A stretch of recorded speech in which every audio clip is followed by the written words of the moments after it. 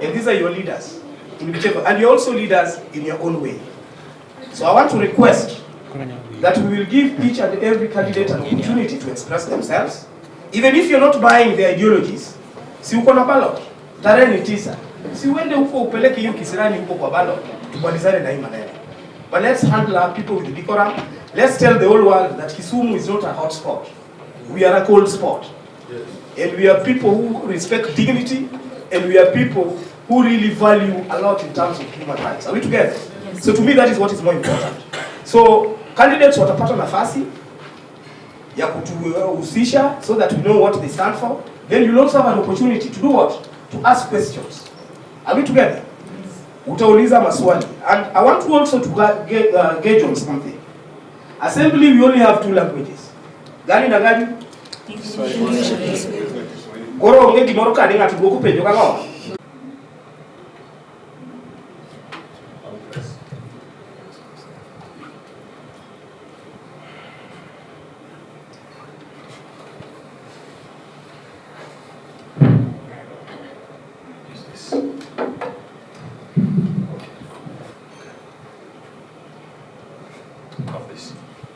Check.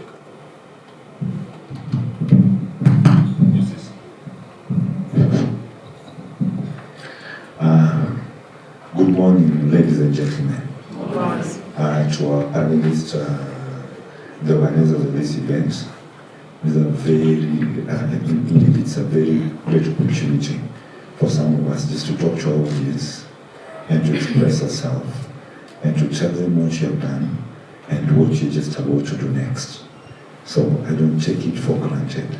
I just say it's a day that the Lord has made for us to rejoice and be glad in it. So it's a day for me. Number 2, those who don't know my name, I'm Fred Odhiambo Ouda. Ouda comes from Gim. Was born here in Kisumu, Upper Louis, Russia Hospital, moved to Nakuru, and then, of course, continued my studies. I went to Lenana Primary, started Lake Primary, then went to Lenana Primary in Nakuru, then joined Menengai High School in Nakuru. Then after that, went to Rift Valley Institute of Technology, diploma in community work. Later on joined KC University, and then a diploma in governance and administration.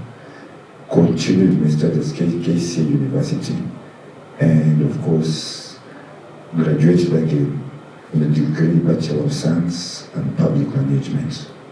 So that has been my education background. And number 3, I want to say it has been my pleasure serving the people of Kisumu. Of course, I know that you have done some good things. Some other places maybe you have not done good enough. But that's why we say there's room for improvement. And that's why we are vying again to improve on what we did do well. To, again, traverse the wide and breadth of this constituency, identify more needs and trying to fix them. So that is why I am here, not to debate, but to express myself and tell my people, this is who we are, this is what you have done, and this is what we are going to do next. So thank you, welcome. I'm hoping that you're going to have a fruitful engagement. Thank you so much. Thank you. Tupige makofi tafadhali. And finally, Honorable Victor, please go ahead. Thank you. Good morning, everyone. Good morning. Good morning once again. Good morning. My name is Victor Radido. Victor Radido was born and bred in the city, born in the ghetto of Nyalenga. I went to Saddam Primary School, Kisumu Union, Kisumu Day. At my college level, I went to Case University, where I served there as the chairman of that student union. I later moved to Jomo Kenyatta, where I graduated with a degree in information technology. I went to HTC and did a postgraduate diploma in education. After that, I've been in Kisumu all this time, and also the Chief Commissioner for Expert Position. This is a position that does not just go to anybody, It's a position which has been held by ministers, MPs, and a number of dignitaries. I am going to take over from Kalonzo Musyoka after his term came to an end. I am still serving to date. Today, we are here to debate, and it has been my dream for quite some time that Kisumu leaders should be subjected to this kind of exercise so that we are able to know our leaders. I know a lot has been said, but I want to believe that Kisumu residents have never seen a new dawn, and that's why I'm coming here today with an aim of making Kisumu be run like a city. We need to address issues of governance. We need to address issues of slum setup, because majority of us in Kisumu Central are basically living in slums of Bunga and Alenda and Manyata. And there's a number of things that they need to be, to be done for them. You will realize that a place like Alenda has a river known as Nampoi. This river can be used for irrigation to make Alenda become a food basket for Kisumu residents. For quite some time, we've been getting tomatoes, kales, and so forth from Kisii and in other places. These can be solved if we get revenue some of these issues that we're facing. And one of the things I'm making very clear is that when I get in, I want to make Kisumu stand alone. Kisumu to be run like a city. And this can only be done if we are able to elect leaders who have passion, who have the network, who have the will of the people, leaders who understand the dynamics of Kisumu Central. Thank you. Thank you so much. Tupige makofi na yeye. Finally, asante sana Honorable Awange for coming. We are introducing ourselves. So tell us who you are, which party or which affiliation you are in, and why you want to be the MP for Kisumu Central. Please go ahead. Good morning, everyone. Good morning. Yes, please. Hello. Good morning once more. Good morning. Yeah, my name is Honorable Awange. Awange is a teacher of profession. A project of Kisumu Central. I'm a candidate on the independent party Kisumu Central Constituency. My aspiration is based on the fact that time has and that is a candidate who will be able to address the aspirations and the ambitions of the people of Kisumu Central. This is based on the fact that we are in this new dispensation, and the new dispensation requires new people. You cannot change something based on old practices, and Kisumu Central is no exemption. Worldwide, countrywide, nationally, and even county-wide, we are moving towards a new dispensation politically, economically, socially, culturally. And this requires someone who knows these issues. That is why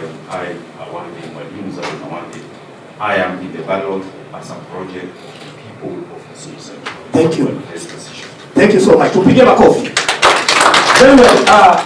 We now know our candidates. As you can see, there is one seat which is vacant. That candidate was also invited. So the supporters of that candidate who are here is refusing to honor us as the people of Kisumu Central. However, we shall continue with the conversation. Are we together?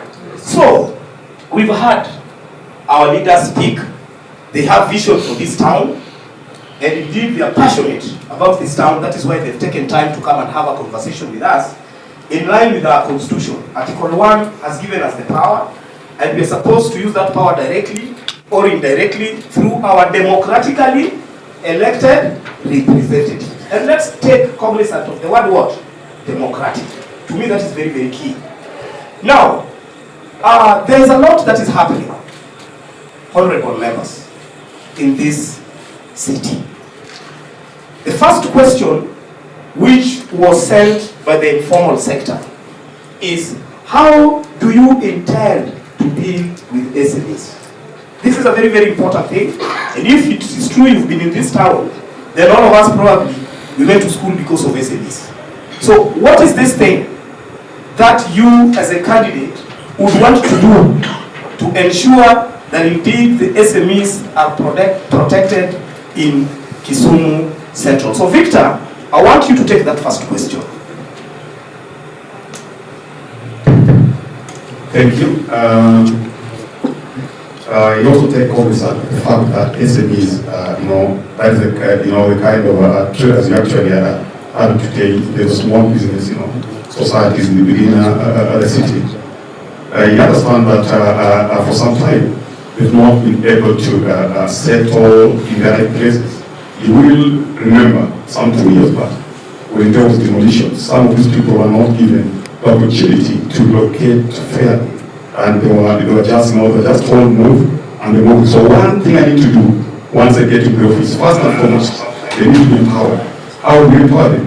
One, I've said very clearly that I've introduced what's called a grant. It's called a loan that they'll be able to pay without interest. It's called interest-free loans. For instance, an SME or rather a local trader can form a group, and from this group, if you decide we are giving out $1 million, it is that $1 million that we give in a specific period of time. Secondly, before these people are actually moved to other places, they must be given room to identify where they're going to, as compared to what happened last time.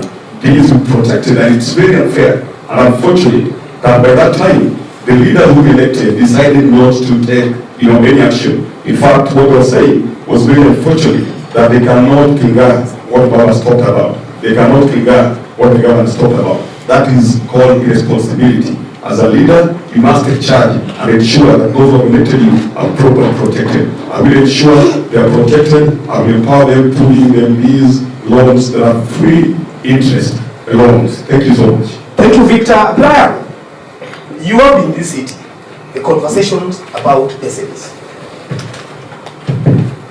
Kisumu City, and indeed Kisumu County, we have no major industries in Kisumu. The biggest industries in Kisumu are the Juakali, Boda Boda, and Mama Mbogas. There is no any other industry bigger than that. So SMEs form a key base of the economy of Kisumu. The SMEs of Kisumu are being disorganized. They lack a clear structure. They lack support from the authorities that lead the city. As your member of parliament, we want to organize the SMEs into units that can receive funding, also not only from my kitty as the MP, but also the kitty of those contacts that I have, both inside the country and outside the country. We want to position Kisumu as an investment city. Our location, our resources in land, our resources in human capital is enough for us to take off. The SMEs in Kisumu are a bit disorganized. My office will be responsible for creating structures that will support the SMEs. One, we want to introduce a funding for small businesses called the Small Business Fund. The structure will be set up by your MP, but I will invite stakeholders like the city the governance through the governor's office. We want to involve equity partners, the local banks. As we speak, everybody sitting in this room receives a text from loan sharks and other loaning agencies. We want to invite all those people into that kitty of small business support so that we introduce a base interest cut for small business. If it is 5%, it should be 5% across the board, so that we do not have people hawking high interest loans to the small businesses of Kisumu. That's what we want to do. Thank you so much, Honorable Brian. Honorable Fred, the question about SMEs, how would you want to handle it this time? Okay. First of all, our moderator, I would say some things are better said than done. I'm in that office. I know that office entails. I know what the SMEs need to do. What you need to do for the SMEs. And number one, let us agree that business is both, the business was devolved, business parts, the actual business parts or the component in the whole economic structure was devolved to the counties. And that's why we need to work hand in hand with the counties. If you look at it so well, what our SMEs lack in Kisumu is to create a business conducive environment for them. For example, let us have good structures, let us have permanent places for them. Now this cannot be left to the MP alone. It is not within my jurisdiction. Because when you talk about space where people should be doing their business, then you must also take cognizance that the county government is fully involved, because land was actually about 60 to 70% devolved here. Same to business. Because I myself, as a member of parliament, I can only take somebody going to do business there without involving the city management, without involving the county government, because they pay taxes to these county governments. Number two, let us also take cognizance and say and know that one of the things that is killing business in this country is the high rate of our taxes. And that is national. That is why we need change of government. That's why we need a president. That's why we need a government that takes small businesses seriously. It's not about rule and law. It is a collective responsibility, right from the presidency down to county government, because there are two levels of government. So if somebody sits here and says that you are going to bring money, which, how will you do it? What's in the kitchen? For example, right now, I've been giving loans to mamas in this town, the Women Fund. I work so hard to make sure that they get their monies within 2 weeks. They apply, 2 weeks time, their checks are ready. And I think photos and the media, you are here. It's all over. I've been giving them between 50,000 to 1 million Kenyan money. In every 2 weeks, mamas come to my office and they give, what you need to do is to expedite. In fact, 2 weeks is too much. We need to do it within even a week or so.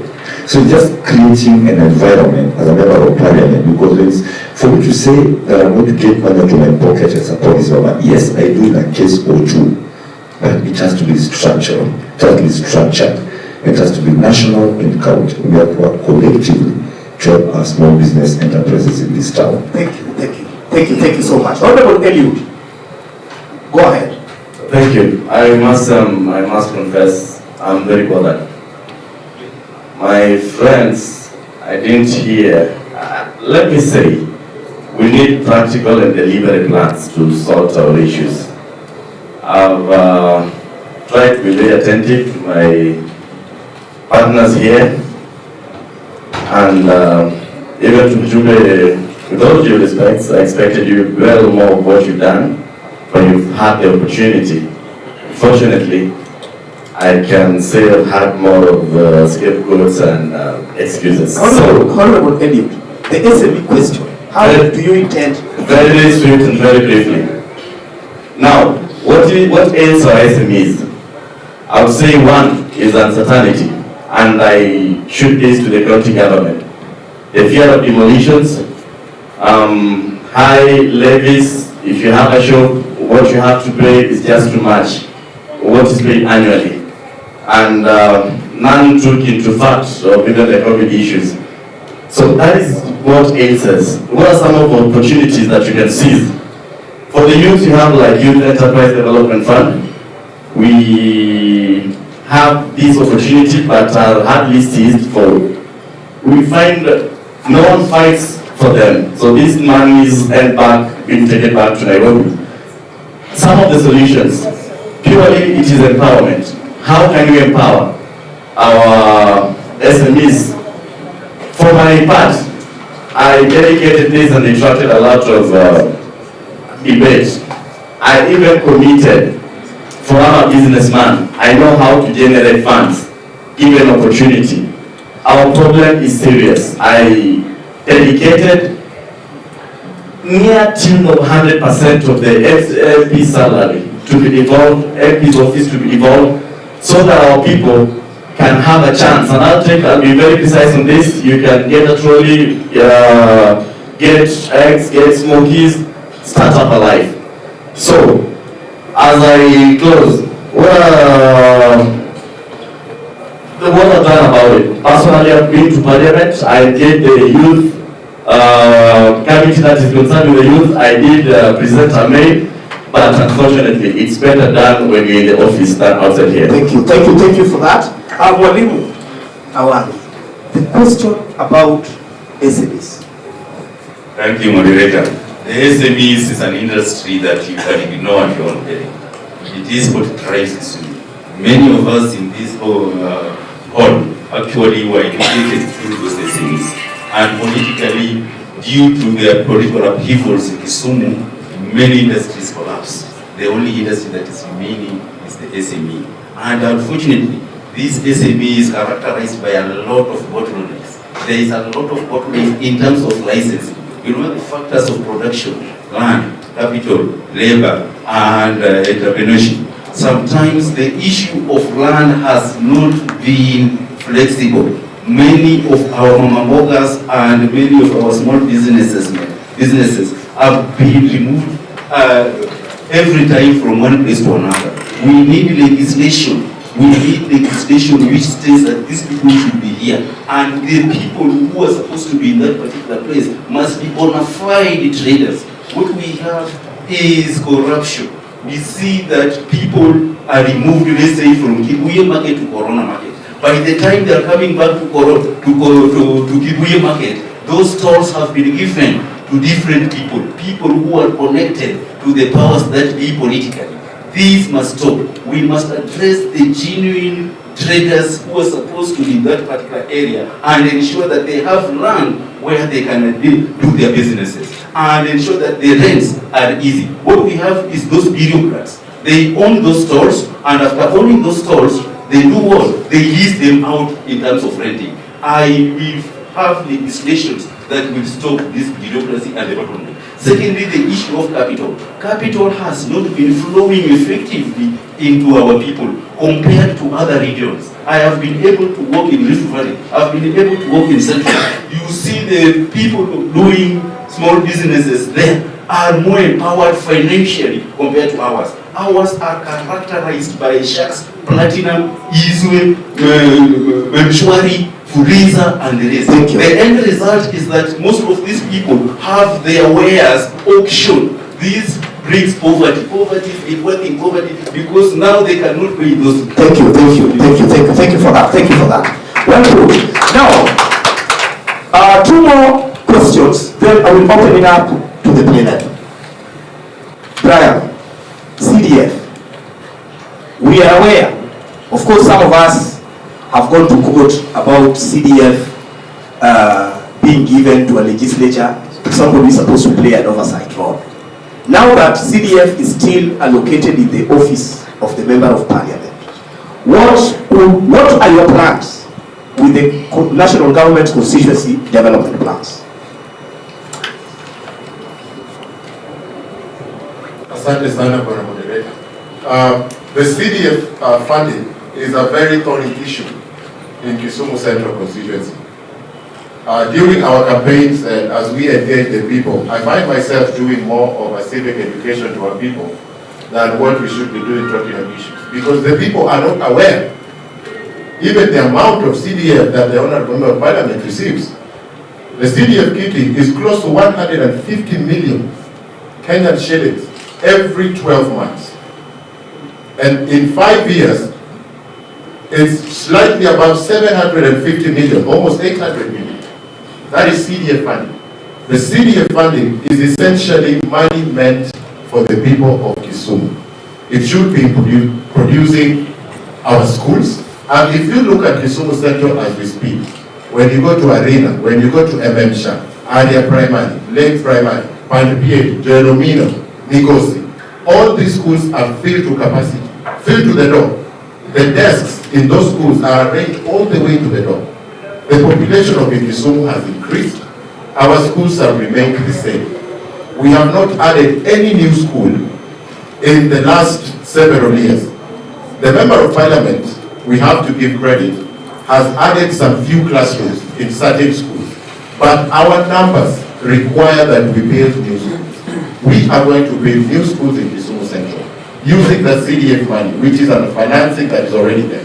If we look at our youth in Kisumu who are finishing Form 4, local colleges, all of them come to the city every morning. They disturb our mothers, but they need 50 now, going to look for jobs. Yet the jobs are not there because all our people have certificates. But our skills level is a bit low. We are going to use that funding. We are going to build 6 community skills training centers in the 6 wards of Kisumu. Electrical wiring, painting, and these are skills that we lack in the city. with that CDF money, I will make sure that we increase the skills level so we can support more young people going to college. Very much. I tend to believe that good governance and what can uplift the lives of people lies largely in two things: good policies and programs. So CDF happens to be one of them.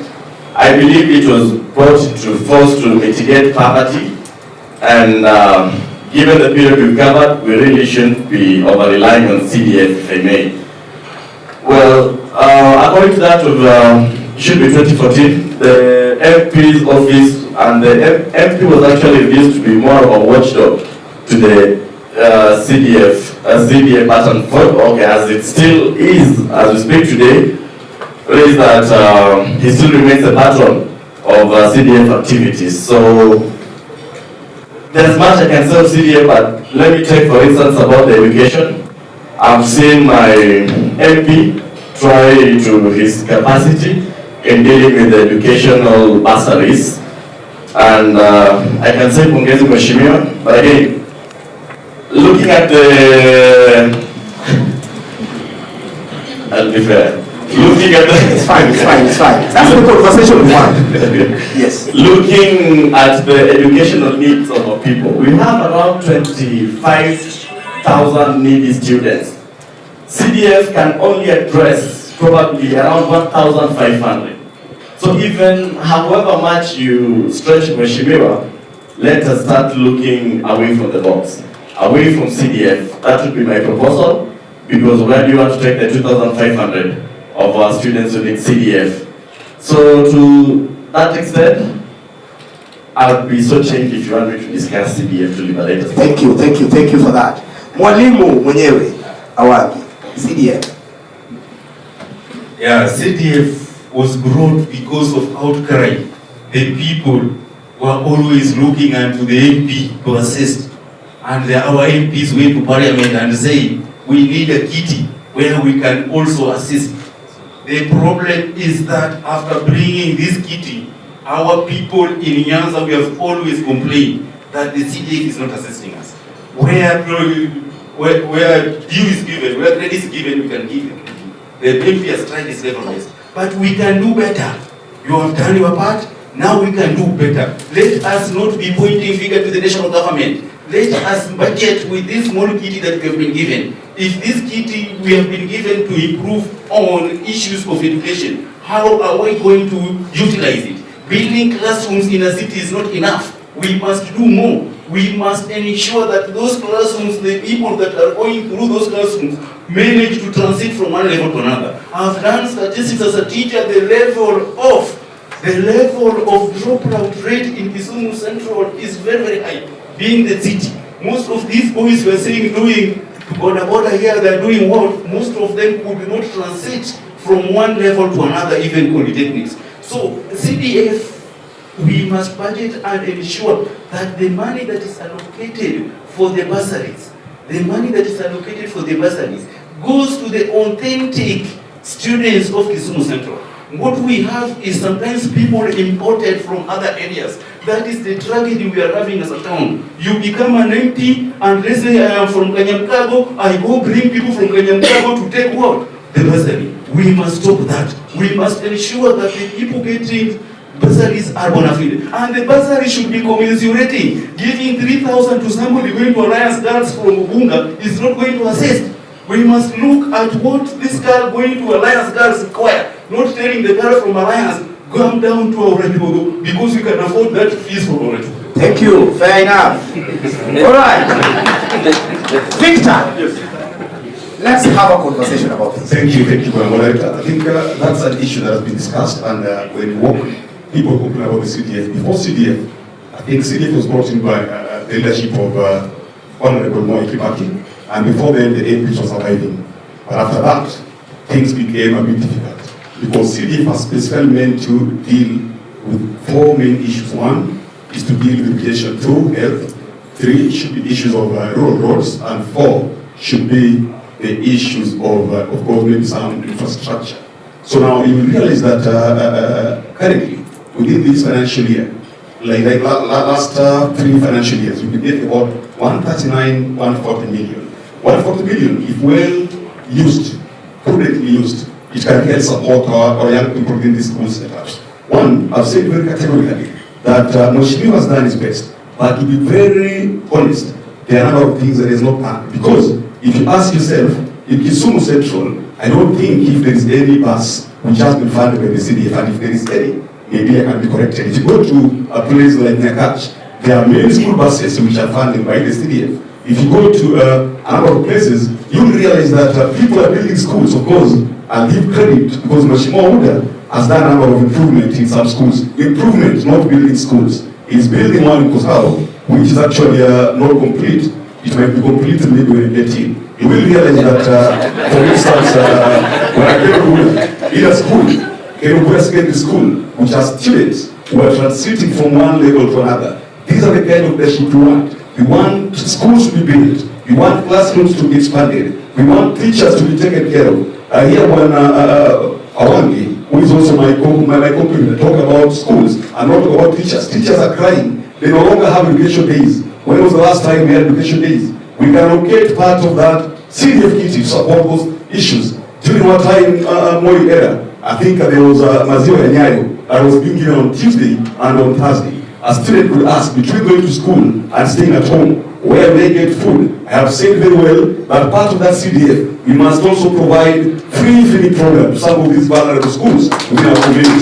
We must ensure that issues of health are well addressed. We must build dispensaries. And I've said, because of my network, it's unfortunate that some of the people who elected have never had a wide network like Adido. I've traversed a number of countries and I'm making very clearly that I should be able to ensure that through my network, I will bring in addition to the CDF, these mobile clinics in each and every ward, so that people will not be going to district, general hospitals, and of course Russia. I therefore wish to say that the problem we are having, and the problem that even our MP is having, is that most of the people who are surrounding that office, they don't care about some of these, the plights of our young people in our community sector. These are the people whom I will first of all fire and remove them. Those cartels must get out so that we get people who understand the true leadership, what CDF should do to our people. Thank you so much. Thank you so much, Victor, for that.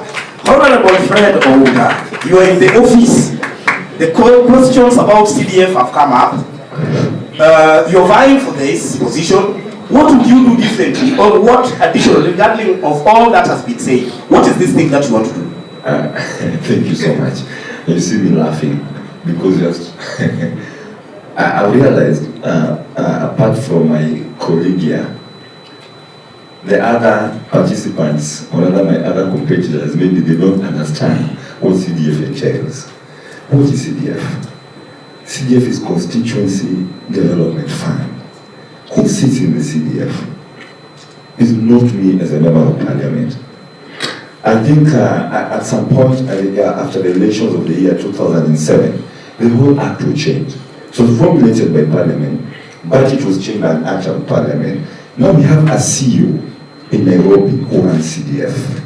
Then after the CEO, we have the Constituency Development Fund, who are government officers employed by the government, not me as a member of parliament, who sits in the Constituency Development Fund.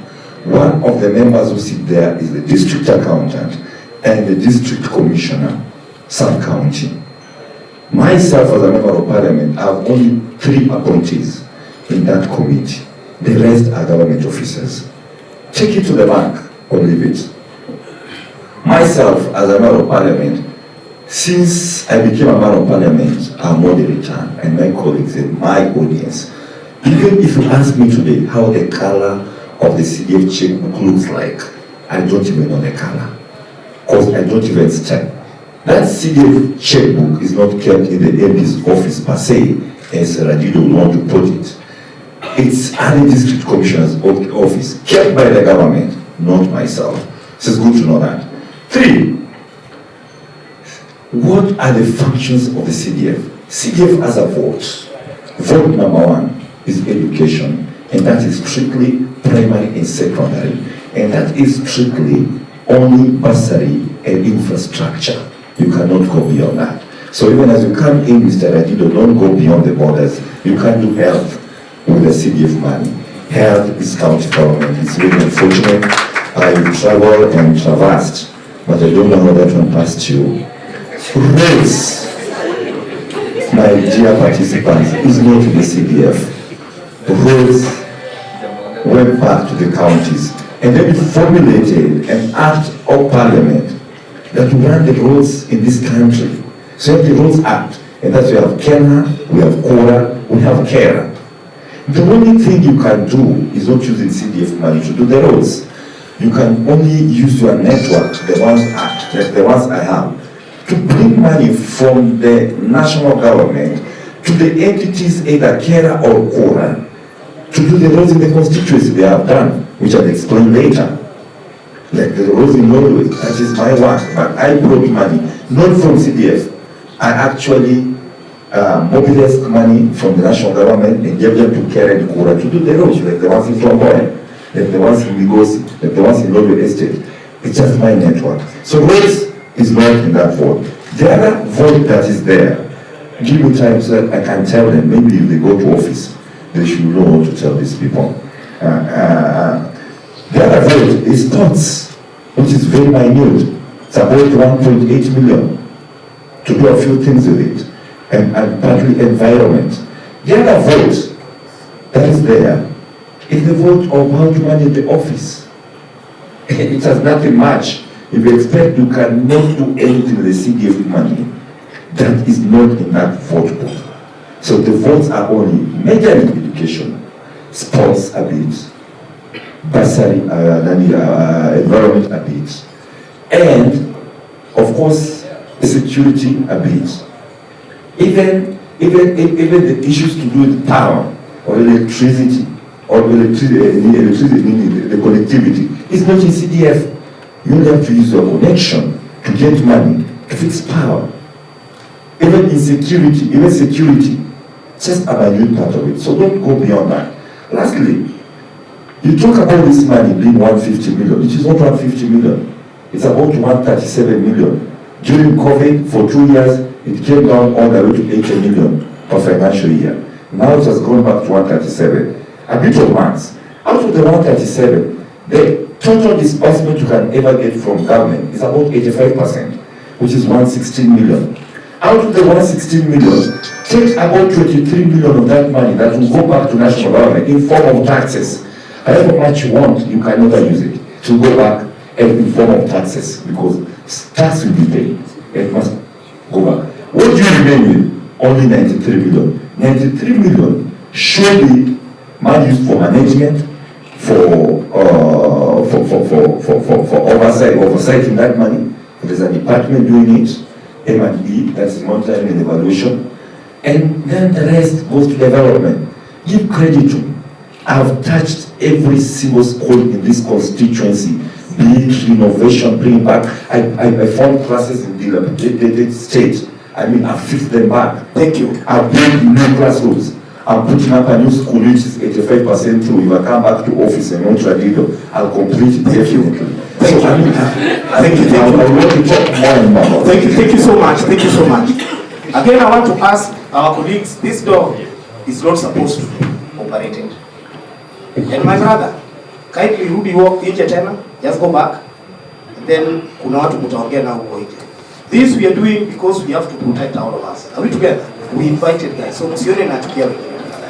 But listening to Honorable Fred, I think there is a gap which probably as a civil society and as the people of Kisumu, we need to start thinking on how best we can make that person who will be elected to commit in reviewing part of the CDF Act.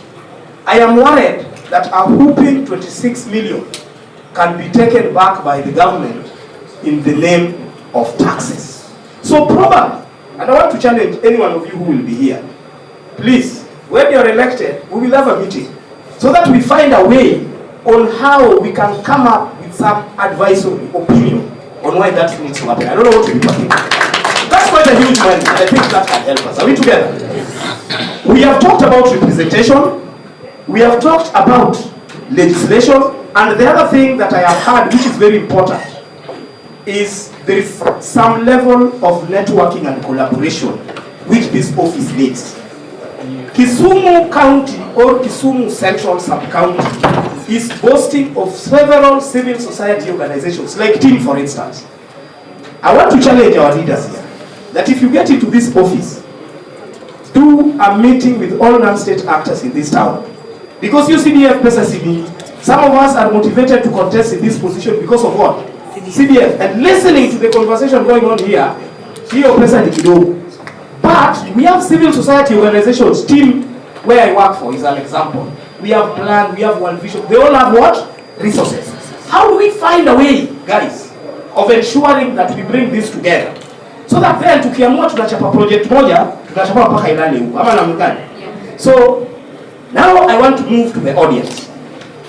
And I know we are burning. And hapa tukukuja kupin mtu down. Hapa tumekuja ili tukue na conversation. Because we must make a decision. The Constitution has given us power. Tarehe ni 9, saa 12 asubuhi. Hakuna tablet, ni DVR kit, tumeenda pale, unatuanga unaenda nyumbani na unalinda kura yako. Tuko pamoja lakini. So, from this end, is there anyone who wants to pose a question? Just one. You know to be good. So you will be number 1. You will be number 2, number 3. Are we together? Then tutakuja hivyo hivyo tukienda. Are we together? So the first number 1. Number one is him. Please question. Just one question. My name is Andrew Chino from Kenya Union of Nurses. I have a question, and concerning health, as you're going to be a member of parliament, what will be your effect on health sector in Kisumu Central? Because we find out that in our hospitals that are nearby, there are no drugs, there are no infrastructure, health workers are being frustrated, and there's no promotion, there's no coordination between the unions and the executive, which you form part of it. How are you going to act on health issues? Thank you. Number 2. Vale? Thank you very much. My name is David Veda. I'm a nurse and I'm an artist too. So my question will be, what is your agenda on art as an economic activity for the youth, for us as artists to be able to fend for ourselves through art? Another one will be, the lake is here. We have a lake as a natural resource, but I haven't heard anyone talk about how we can sustainably exploit the lake for the blue economy. So how the lake can serve us economically. Thank you. Thank you. Then number 3. Yes. That was it. My name is Ahmed. I have a question for all aspirants. So we've listened carefully to everything everyone has had to say, and there are some who have almost like what's his name? The second guy from right. Eliud. Eliud talks about CDF like it doesn't really help. So I don't know whether you mean it should be increased, or like what you're suggesting, to remove the taxes or something like that, because I also know we have to pay taxes. So I'm just looking for how are we going to, we've identified that the CDF kitty is not sufficient, right? So we have had at least 3 leaders talking about their networks, and the incumbent MP also talked about what he's done with his current networks, which we'd like to hear some more about. We'd like to hear about how you're going to use your skills as a leader to coordinate more funds to come into your office for disbursement for some of these things, which may be outside CDF responsibility. Thank you. Those 3 questions. Who wants to go first? Honorable Fred. First of all, I want to go straight to the question of nurses. The issue of nurses is a menace. It's actually a similar story like the issue of teachers. I'm tried with the teachers.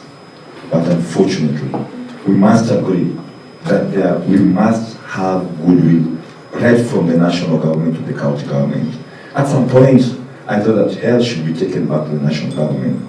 But this is about life. But some individuals think that we can still manage.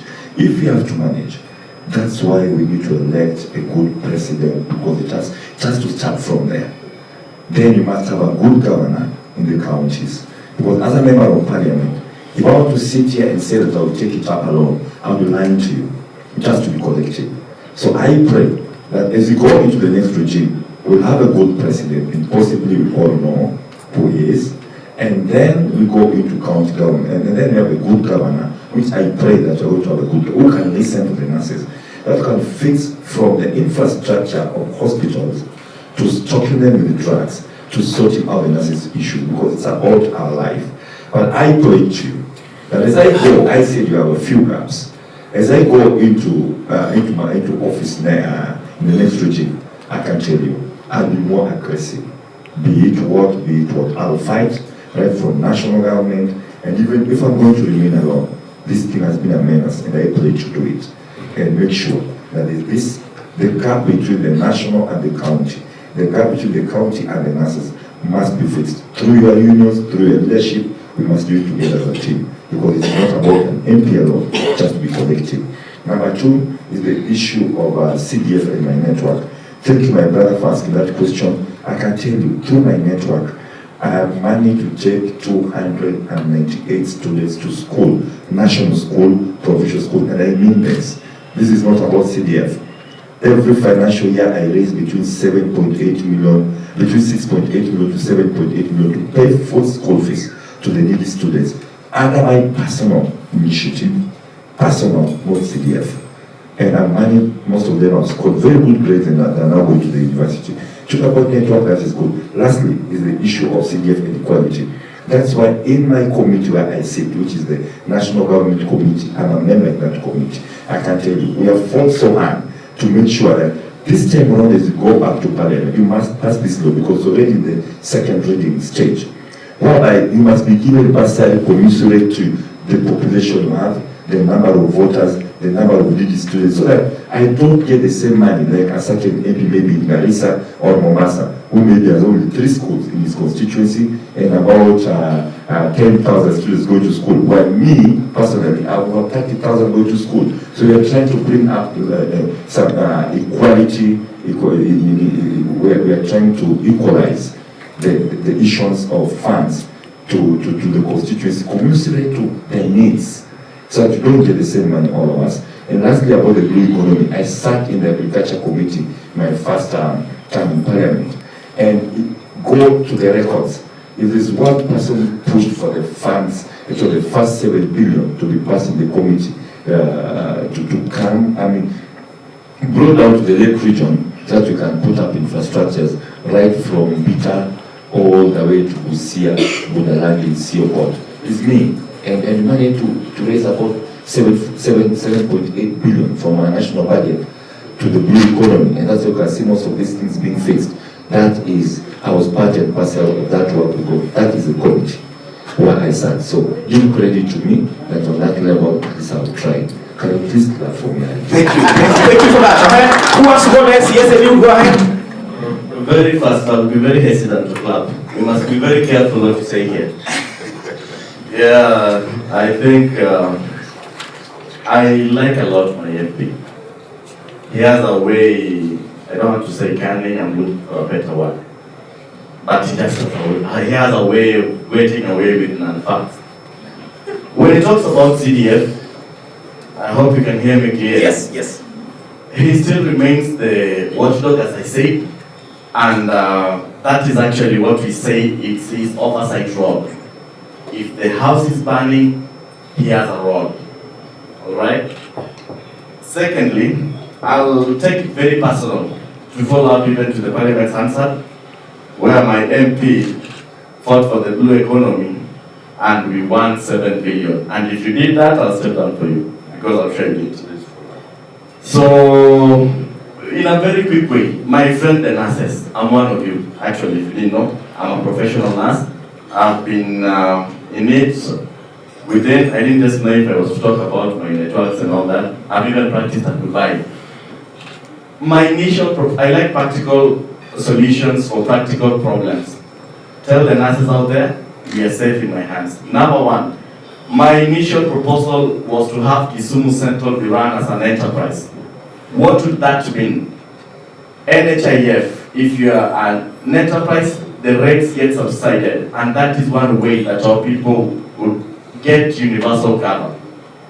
And then I had a mitigated solution should that don't turn workable. We have hospitals like Jalara, Nightingale in Kondele, each and every ward. It is very possible that if we can raise funds in the constituency office, and that is all saying it is now very necessary, and I would dare say mandatory, that MP's office be involved in each and every ward.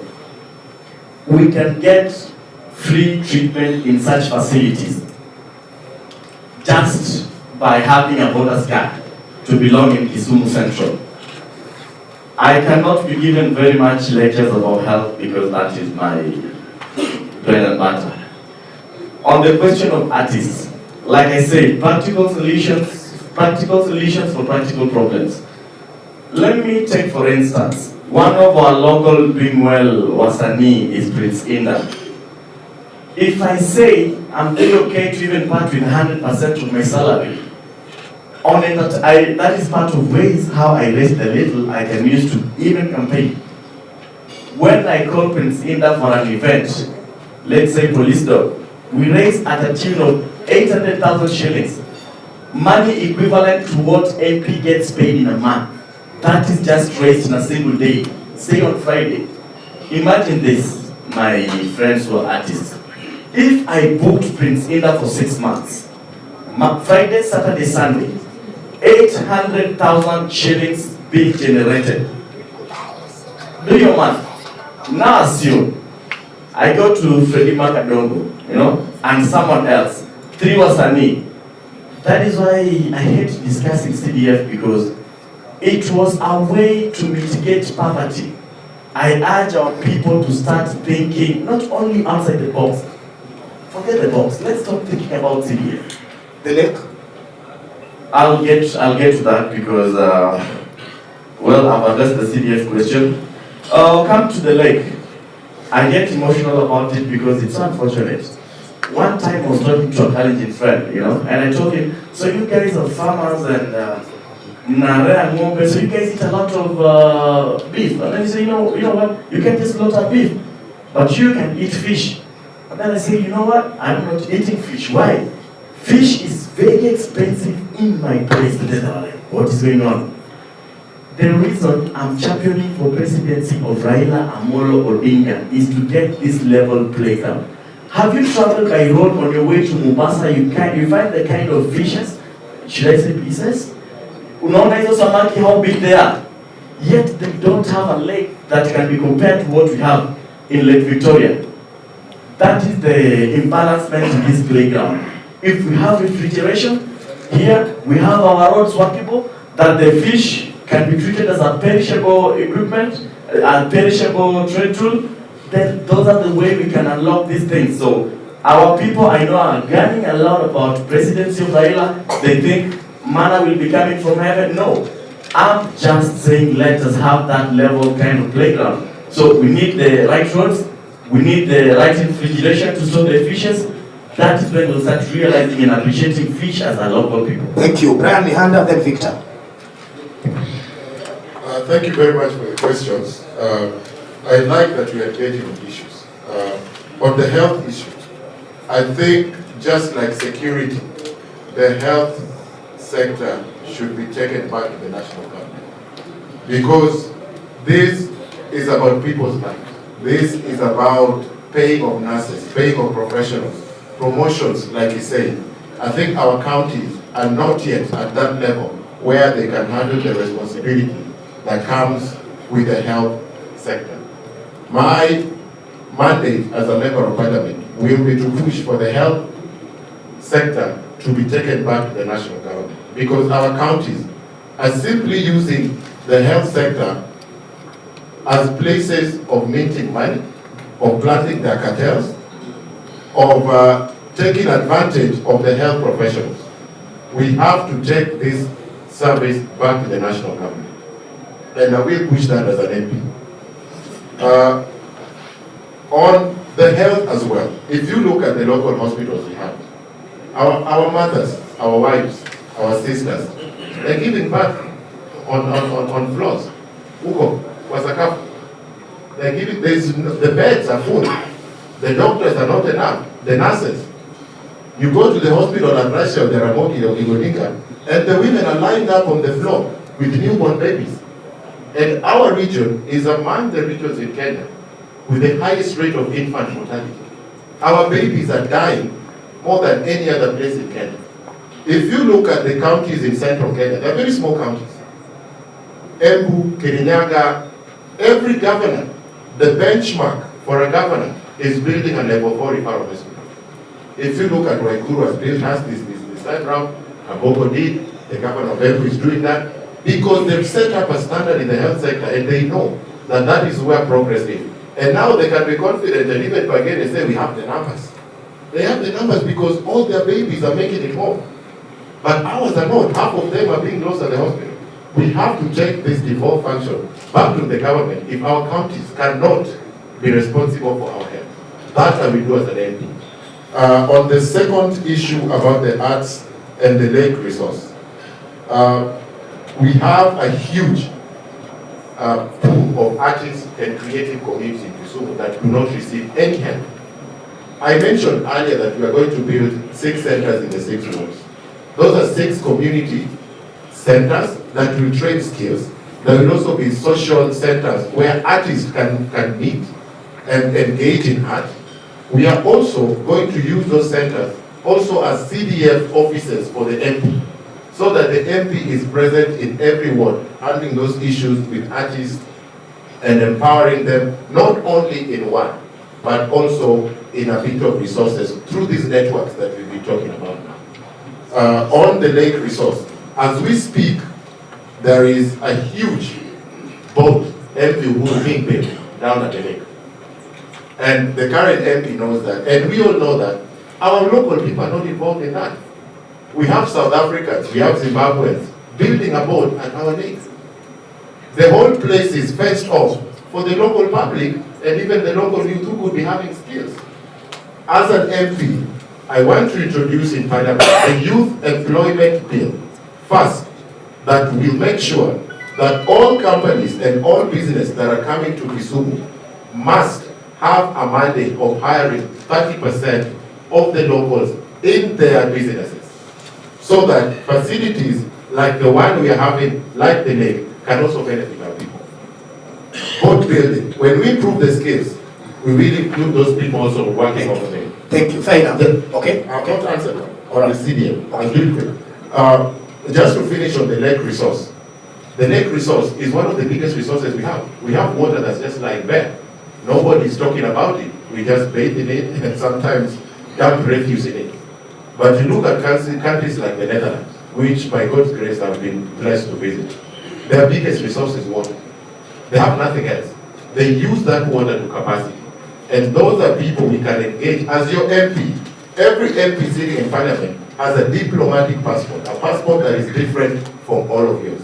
To allow them to travel the globe looking for such opportunities and engaging such minds to help their locals.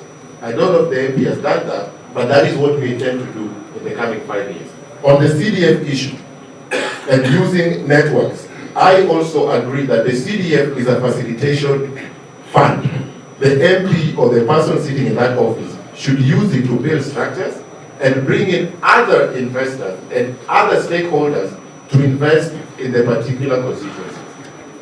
I was educated outside the country. I've worked for the United Nations. I've worked for these local NGOs. We've met with some of these people I've seen here in the private sector. Those are key people in development. We want to engage bodies such as the United Nations Development Fund. We want to engage IMF. We want to engage World Bank. These are people, even at the moment, they're financing some of the structures within the city. we can also engage them in financing some of these things in the CDF, and that is what I will do as your member of parliament. Thank you very much. Before Mwalimu Awange, kindly Victor, let's do this. Thank you, thank you. I've heard my colleagues speak very well on both points. So again, at some point they sit at one and my brother sits next to me here. On the other side, supports the MP, the other side criticizes the MPs. I don't know how it starts. Anyway, on the issue you mentioned about finances, which has been well addressed. One, I would say that I'm supporting my colleagues to say that it's important that we push, when we get to the parliament, the national government to make nurses or rather the health sector go back where it belonged before. And before that is done, it's also important that we put nurses where they belong, because again, some of these nurses, they are not very, they're not very good. When you go to a private hospital, you realize that the nurse in a private hospital deals with the patient differently from the nurse in a public hospital. And these should also be addressed as we are putting it up in the national government. Two, there are these issues of drugs, which I think you mentioned very well. And you realize today, I know it is not the function of the MP, of course it's up in agricultural government. There are so many cartels who have actually, they've actually spread around these hospitals. You go to an hospital, they look for your prescription. You end up not getting this drug in that hospital, but later on the same nurse or the same doctor tells you to come and buy it maybe somewhere within the same hospital. We must be able to first and foremost ensure that this is well addressed at the national government, and nurses are well served, paying well from the national government. The CDF, which has been mentioned, of course, my respected MP has talked of very good network. Maybe those networks could be networks for maybe contractors, might know and spread across, not just that. I believe once I get into parliament, I will also get the same network that he has. The only challenge we have in that kind of structure of the CDF, one, the committee, we need to set up a committee in each and every ward. This committee should include disabled, it should include the youth, it should include a woman, it should include, various stakeholders in that committee, so that when we are addressing CDF issues, especially in education, we must ensure that if a child is going to secondary school, where they're supposed to be like 5,000, they don't get 3,000, but instead they get 10,000 plus, which can enable this kid move to some level before he sends back home to school. So the challenge we are having is that we are not prioritizing what is supposed to be done with the CDF. Of course, I appreciate what you say that is done with the CDF. Thirdly, you've talked about the lake. It's very, very worrying that we cannot eat fish within our own, city. Me included, at some point, I prefer taking meat because fish becomes very expensive. When you go to Nairobi, you find fish to be very, very affordable. We must protect our lake. We must protect our lake the way Museveni is protecting his lake. We must ensure that the lake is well protected. The lake is able to, support the issue of employment within Kisumu, Central and Kisumu County as a whole. Because, for instance, you will realize that the plant, the plant that we used to have before, have already been taken to Nairobi. We used to have Kanderi, we had a number of fish processing plants in Kisumu. All these things, through my collaboration with the incoming county governor, we should be able to have those ones within the same place. And of course, final one is on the artist. The artist has been addressed very well. I know the current guy in charge of the social grace of God center, Bwana Masira. Bwana Masira was an artist, but he had been forgotten for a very long time. I sat with him for quite some time. We could engage. So what I can say, I may not say what I'm going to do for the artist, but we must sit down with the artists and let them tell me what they strongly feel can be done once they get into the office to address the issues we have. Thank you so much. Thank you so much, Victor, for that. Mwalimu. Yes. Thank you. I like this conversation because as Kisumu Central and Kisumu City, we need to talk. And when we talk, we get solutions. This dialogue is appropriate.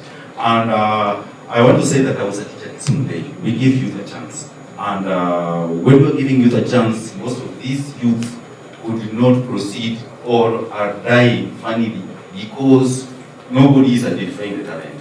I have been able to work with some of these artists, the musicians, the rappers from Obunga, from Nyalenda. I don't wait until I become an MP. I've been able to do the level. In fact, even recently I was launching a book by another artist, a nurse from Nyalenda. So ladies and gentlemen, there is a way we can help our artists rather than waiting for them to be misused by politicians. For now, they are only waiting for county government or politicians when they are in functions and invite them to their poem or to sing. That must change, and every person must look at his corner. As an MP, you must have a kitty. We should not be lamenting. We should not be lamenting because we are not going to solve the solutions of this city by lamenting. We must look for the solutions, and some of the solutions can even be ultra-virus, the media say. We look for it. One of it is legislation, like I said. I will be sponsoring bills in parliament to help our people.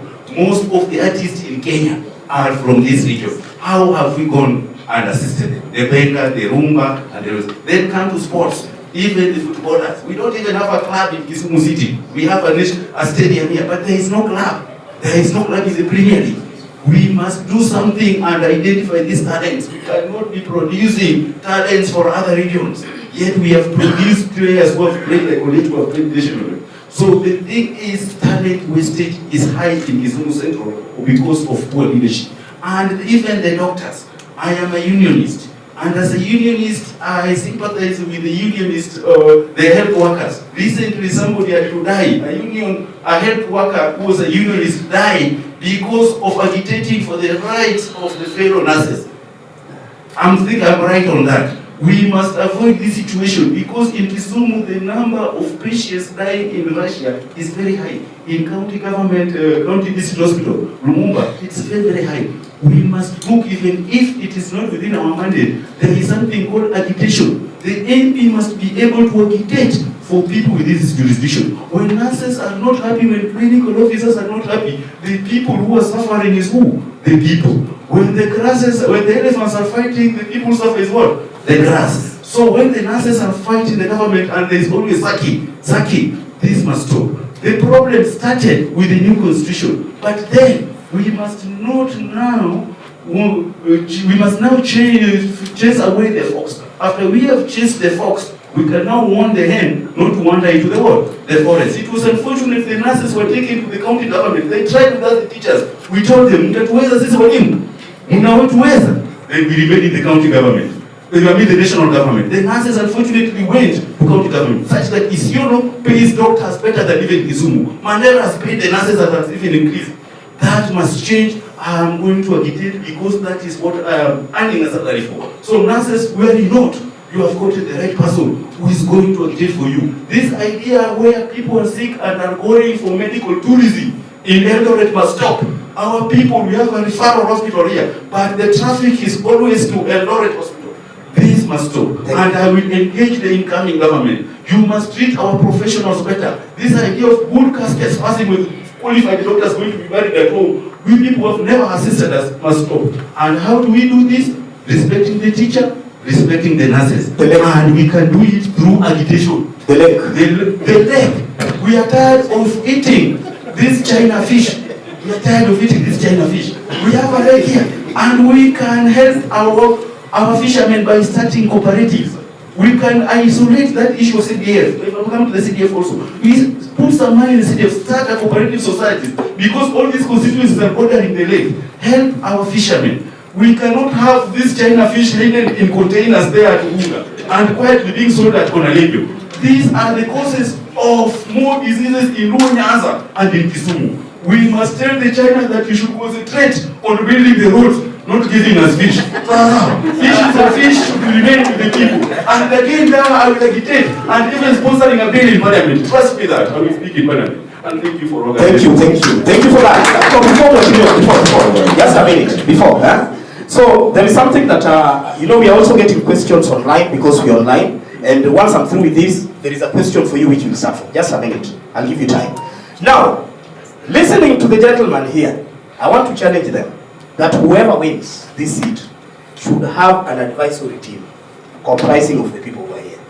They have very brilliant ideas. And I think you cannot succeed as an individual. And they all agree that you can succeed as an individual. Are we together? So I'm going to read 2 questions, then I will come here.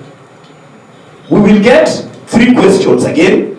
Then, because Mheshimiwa Auda wanted to respond to something, and there is also a question directed to you, you will start. Are we together? So let me read the first question, which is general, and I want you to get this very clearly. How will you ensure there is accountability of the CDF as the patron? Accountability aspect. We've seen the Auditor General raising a lot of questions, especially on CDF. We are also aware that there are sub-counties which are number 1, yet usijui ni number ngapi, but we will be able to know. That is a question which is cross-cutting to all of you. But for Mheshimiwa Ouda specifically, you can also confirm whether this, when you will be answering, you can confirm whether this is true or not. The question is this. In 2017-2018, Kisumu Central was allocated 7 million for construction of 3 ICT hubs. What happened? So you will be able to respond to that. So in the meantime, who wants to ask a question here? Number 1, Audi number 2, then I'll give you number 3. Ladies power. So not hata waku. Sidio. Haya, number 1, let's go. Mike here, number 1. Okay, thank you so much, Sharon. I just wanted to ask, as education is a necessity, and I have heard almost all of you have degrees, in 2020 and 2021, when we had the COVID-19, and there were no going to schools, and sports were not taking place, does it mean the funds allocated for these were taken back? And if they were not, what did the constituency development do it for? Thank you. Straight question again to the honorable member. Okay, number 2. Pale ndugu Audi. Asante sana. Allow me, Madam Moderator, to say that I'm happy that these patriotic and honorable members have come here. It is commendable that you are coming to talk with your team. Honorable members, you are aware that Kisumu Central has no industry at all for the last many years. However, our residents are hardworking, especially in the informal sector. The border, the hookers, the juakali, the market trade, and the transport at large. That is our biggest industry in this Kisumu Central. Unfortunately, this is the industry that has been vastly affected, and they are not at peace. What is your strategy that is going to promote, protect, and empower this industry? I think it is critical. And it is also important to know that Kisumu Central, we are on a time bomb. The swelling number of our youths, honestly, the swelling number of our youths in this city is worrying. What are you going to safeguard this youth in terms of employment and maybe other areas? Thank you. Thank you so much for that. Number 3 was here. Please go ahead. Thank you so much. My name is Anne Ogola. I'm a member of Kisumu Central from Nyalenda B Ward. My question is, as our candidates have said that all of you have degrees and you are learned. You are all talking about building schools, making education better. I've not heard anyone talking about building any special school for our needy children, for the special disabled children. Within Kisumu Central, I think we only have 1 or 2 special schools. Why are you not talking about that special school? Why are you forgetting this issue of inclusion? Because we have children that are hidden in the house, and what I can say is that I think special schools are paying school fee. Can it be free? And our able MP, he said that he has taken some of the needy children to school. Do you involve the needy kids, the disabled kids too. Yes, and I'm requesting if any of you succeeds to be the MP, kindly build even one special school. Fair enough, and a free one. Dignity, Article 27 of the Constitution, read with values and principles in Article 10. Very important. So, we've got our 3 questions. There were questions directly to Honorable Ouda, which he will respond to. Thereafter, this mic will go to Mwalimu Awangi. Yotuone vile tunabalance maneno. Si ndio? Haya, tuende kazi. Asante kwa haraka. First of all, Mwalimu Awangi talked about cooperative societies. Unfortunately, Mwalimu Awangi, unless you go back to Constitution 2010 and change it, I don't think you'll be allowed to use CDF money when it comes to the issue of cooperative. Cooperative is county. So as you talk, please also go to know. My friend was traveled to Netherlands and lived in Italy. There's another thing in association. I also know how to use their water. But there's something you talked about grants from the United Nations and all that. Unless you go back to the Constitution and changes everything, it will not be easy for you. Because for you even to access grants and money from the United Nations, my friend, it's a tedious process because it must be approved by Treasury. Even the county governments cannot get money directly from outside straight to county government. There's a lot to approve. Now, CDF being part of national government, you can only get the same money through the national government and not directly from those donors or funders to CDF, unless your institution like the ones they are running. So it's also good to tell the public the truth. Public, it's also good to try and sieve what you're being told so that and you're aligning to the Constitution so that you know the kind of leaders are going to elect. Thank you so much. That was what I was trying to talk about. CDF committee, to my friend Victor Aguido, you don't just go out there and pick everybody on the street and the numbers you want. CDF has only 8 people sitting in it. Must be a youth, there must be a youth, male and female. The government officers take a large share. And of course CDF brings about 2, a lady and a man. And that's it. The other 4 county governments. So as you tell them, you go pick. My friend, you'll be jailed day 1, so you cannot pick. You just have to use the rules and regulations. It's good to put those things in record because they might just come in office, you never know. But I need also to tell them this. About the accountability in CDF, that's why the legislation was brought to Parliament and actually disassociated the members of Parliament from that committee.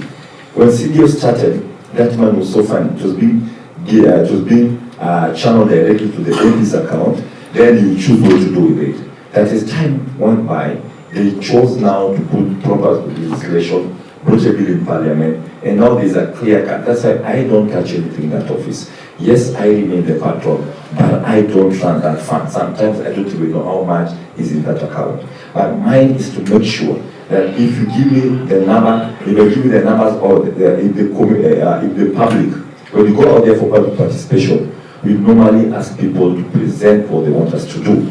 Mine is to follow up and make sure that whatever has been proposed has been done, and maybe if not 100%, to about 75% to 90%, which is good enough. That is part of my accountability process. Another thing, there is money there for M&E, is to make sure that if we say we are putting up a classroom, jail or a hall, mine is to follow up is to make sure that that classroom was put up or a hall was put up and proper follow-up were done by the engineer, and to make sure that the money that was given to that school, do you have value for money? Even a layman can see, do you have value for money? So I'll do that. And of course, I'm a private engineer, who maybe I pay my own money, just to try and value for me what these people did. So if they did the wrong thing, I will raise the alarm. If there's nothing wrong, there's no need to raise alarm. So that is also, you can also do, and accountability is wide, it's broad. So those are just a few areas that I, because of time. When we talk about the lady asking about, somebody asked about ICT. Yes, ICT. Now let me be clear about this. There was no allocation for ICT hubs. I want this to go out there very clearly. It was a thought, it was a suggestion by the Ministry of ICT and the PS approacher, Jerome Liberty, and he appeared before the committee and he asked, can you guys, can you please allocate not 7 million, can you allocate 4 million for this project? Then when you took it to the committee, those sharp disagreements, I sit in that committee, And even went to Mombasa for a joint committee, the committee of ICT and the committee of ICT, which is CDF, which was required to give all this money. Those disagreement. Then when we disagreed, we said, okay, if I can take it to the plenary, to take it to the plenary. And then the plenary disagreed, and when it was put to vote, most members shut it down. Then it was left there that any MP who wishes, and our questions were vital. Fine, you are asking us that we provide a building. This building should be provided by the county government. Then we release money to the Ministry of ICT to go and purchase the equipment to be stocked there. For example, I give an example of Wahunga Hall, which was taken back to the government. I mean, okay, you take equipment there, then ask them question one, who will maintain these equipments? When you ask them, they say they cannot do that. Who will pay the people working in that ICT hub? Then they could not say. Then most members say that will be money going into waste, that thing will turn into their white elephant. So what do we need to do? Any MP who feels like. So for me, I chose if there will be no employment, there will be no security, there will be no whatever, and I have no vote in my CDF, in our CDF kitty that allows me to pay a security man there, that allows me to rent that all, that allows me to maintain those equipments. There's no need. We took it back to classrooms. And we said, let us build classes. Another question from the same lady, what happened to the money during the COVID? I said, right from 137 million, the whole, actually before COVID, we were getting about 121 million. So when COVID came, that money was actually cut into half. It came to around 60 something million, 68, 65 there. That was the money that you used to pay salary, and they still take the taxes. So it remains, it was about 40 something, if not almost 39 there. And I said, whatever little we have, let's continue building classes, children are home. So the only approval we had, you had to write to the national CDF, whatever office in Nairobi, to our CEO and the entire board, requesting that I have 9 million for bursary and children at home, and people, the students at home, what do we do? Then they ask you, suggest a project, and have letters to that effect. We wrote, that's how I came up with the toilets in Pampiri. That's how we brought back the toilets in Nanga Primary. That's how we came out with the toilets in Oguma. You ask why toilets, those schools were shutting down. Letters were written to those schools, and these school teachers are here.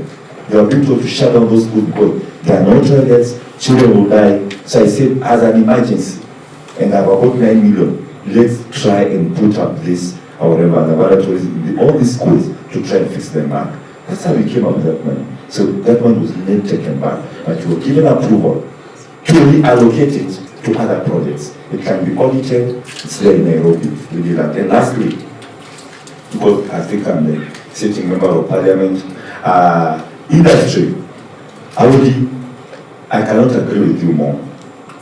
About Kisumu and industries, that's why we are fighting hard so Raila Amolo Odinga can be elected as President of the Republic of Kenya. And we have to agree that they are trying as much as they can to bring the industries back. Once the industries collapsed, we have nothing. So to sit here, myself, and say that I'm going to fix the unemployment problem in Kisumu, I'll be lying to you. We must have goodwill from the national government down to county government, and of course the border menace and the disturbance and the instability in this sector. My friends, the ball goes back to the electorates of Kisumu County. You need to elect somebody who can listen to you, who can talk to you, who can sit down with you. That is not my own decision, my sole decision. It has to be our decision as Kisumu County residents, because definitely you must have a governor who can listen to you, because this whole thing lies in his docket. Thank you. Not to the CDF. Before you continue, one thing. There is issue of special school. Okay. Special school.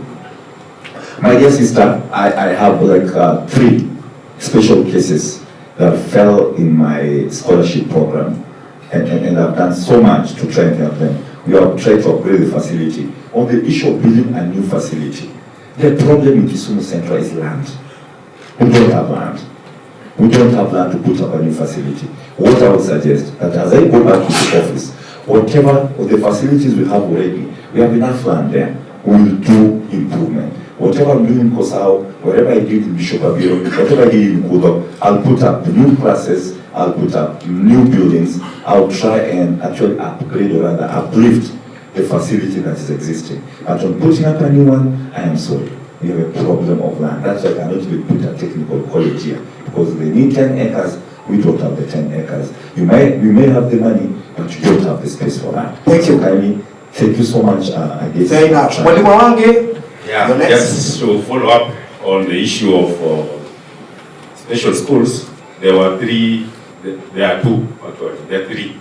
The Lutheran for the mentally handicapped, there is Joyland Primary, Joyland Physical, Central for Secondary. The others which are actually bordering, like Kisumu Central, like the one for the deaf in Kasaka, near Kasaka, then the others are Kisumu East, like Kibos for the blind. What I can't agree more is one of those questions that I agree with the AP. We need to do much more. I've done to my capacity as a unionist to assist Joyland. Joyland has had a lot of problems, and I've always stepped in my capacity to assist within my docket, both primary and secondary. Currently, there is a bit of stability in Joyland. Even Kibos, for the blind, there was problems, and I had to step in. There was a high turnover of principals because of that problems. What we can do now, rather than just running away, is to have what we call integrated. Integrated means those schools that are there, we can also have the physically disabled or mentally challenged or special students being part of it. That is, should be agitating for most schools to have integrated status. That is possible.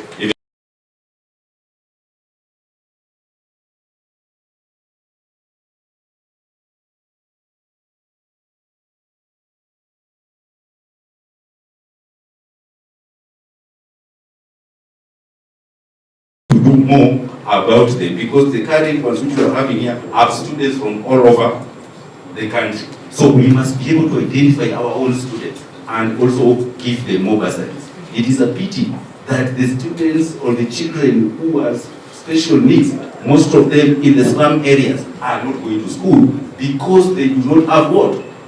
Fees. To go to Joyland, you require fees. To go to Kibo Special, you require fees. To go to the school for the deaf, you require fees. You go to Upunga, you go to Jalaina, you go to Manyata. You will find students just sitting down, they are not going to school. We will have stakeholders meeting and identify these students and ensure that 100% transition is effective, because the other one was just looking for children. The one was Professor Magoa, looking for children who have not gone to secondary school. Now we will have to look for these people and assess them. And then coming to the issue of industries, we are saying and we are repeating. I am thanking the organizers once more for my worthy opponents who are here. You have done a good job by contesting, because we are ensuring that Raila Amolo Odinga will become the president of this country by over 70%. How are we ensuring? Because the honorables who are here have their own supporters. And before there was always the problem of turnout. Raila will always win in Kisumu Central or Kisumu County, but there was a problem of turnout. Now the turnout will be high because every individual will be able to have his supporters coming to vote for Raila Amolo Odinga. And Raila Amolo Odinga is not the priority with Kisumu. So let us not label other people that these ones are Watuauku. This is not Watuauku or Raila Odinga. But local problems require local solutions. As we elect Raila Amolo Odinga, we must not forget to elect Raila Zablo Nawange in Kisumu Central, because these are the things that are going to solve here as an independent candidate. And the things that I'm going to solve is to agitate to remind Raila Amolo Odinga that we are supporting you, but now we need a fish factory here. We are supporting you, but now promote sports. We are supporting you, but do this. They must be reminded. Otherwise, if you don't remind Raila Amolo Odinga, what will happen is that he will take everything to Central or other places. There must be somebody to remind him, and that person must come from a background of talking. Ladies and gentlemen, I am not going to ram it. I am going to assist everybody. I have said that we should not have private solutions to problems, to public problems. We don't have enough nurses. We don't have enough teachers because of registration. Thank you. Even the nurses in private hospitals are suffering. Thank you. Brian, go ahead. Then I'll get Eliud, then Victor. Asante sana Bwana George. Let's start with the issue of people with disabilities. That's a very important issue, and an issue that is close to my heart. As we speak, I like that Bwana is saying that we need people who can talk, but we also need people who can do. Talking is good, but you also have to do. On doing, I have been leading a CBO in Kisumu Central in Manyata called Cheza Football Initiative.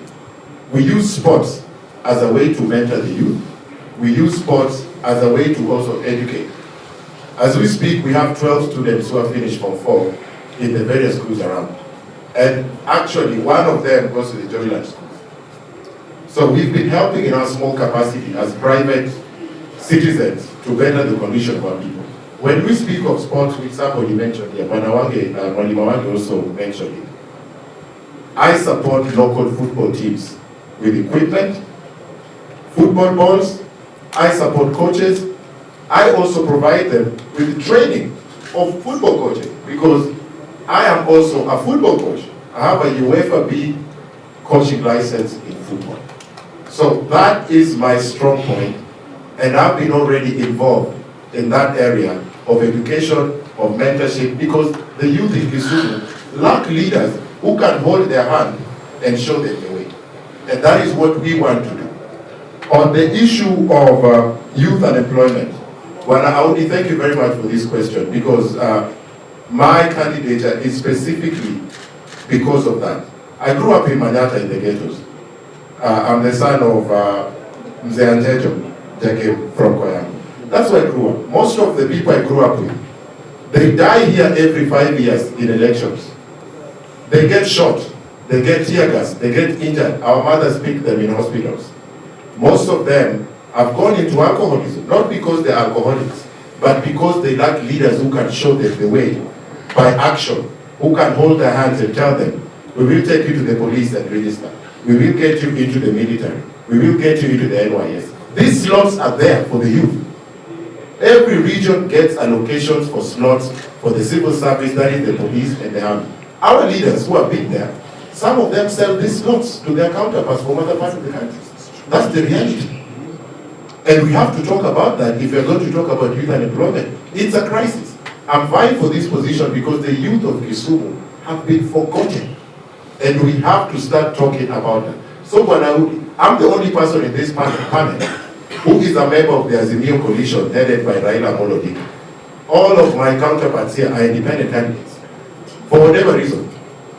And we all know that you need all stakeholders, from the president to the local government, the governor, in order to work with the leadership that is elected. As an independent candidate, it's going to be a very big challenge for you to even approach the president. Or even the local government. We know that. We know that. It's going to be a challenge, and we can already see it in our campaign. We already see it. So let us also elect leaders who have good rapport among themselves and with other leaders. The Honorable Member of Parliament sitting here today, we really appreciate you being here, and we get to engage you. But also for 5 years, I don't know if he's been at loggerheads with the current government. Because from being sworn into Parliament on the first day introducing himself, he has not added any other word for the last 5 years in Parliament. He has not done that. And this is not a personal attack, these are facts. And he has his reasons. But we also say that it is not enough. As a legislator, your work is to legislate and... Excuse me, Brian. I want to urge you. What? No, just wait. Okay. I'll give you time. All right. We organize this meeting so that we can have a conversation. All right. Some of the candidates there are mobilizing their people to come here, and that is very wrong. Ama tutamaliza hii mkutano. We wanted to talk about the issues of Kisumu Central. And si tuko na political rallies tunaenda. Let's give everyone an opportunity to objectively speak. So I want to ask Rab, come here, ongea na Waswahili, waambie walize mkutano wetu. Please.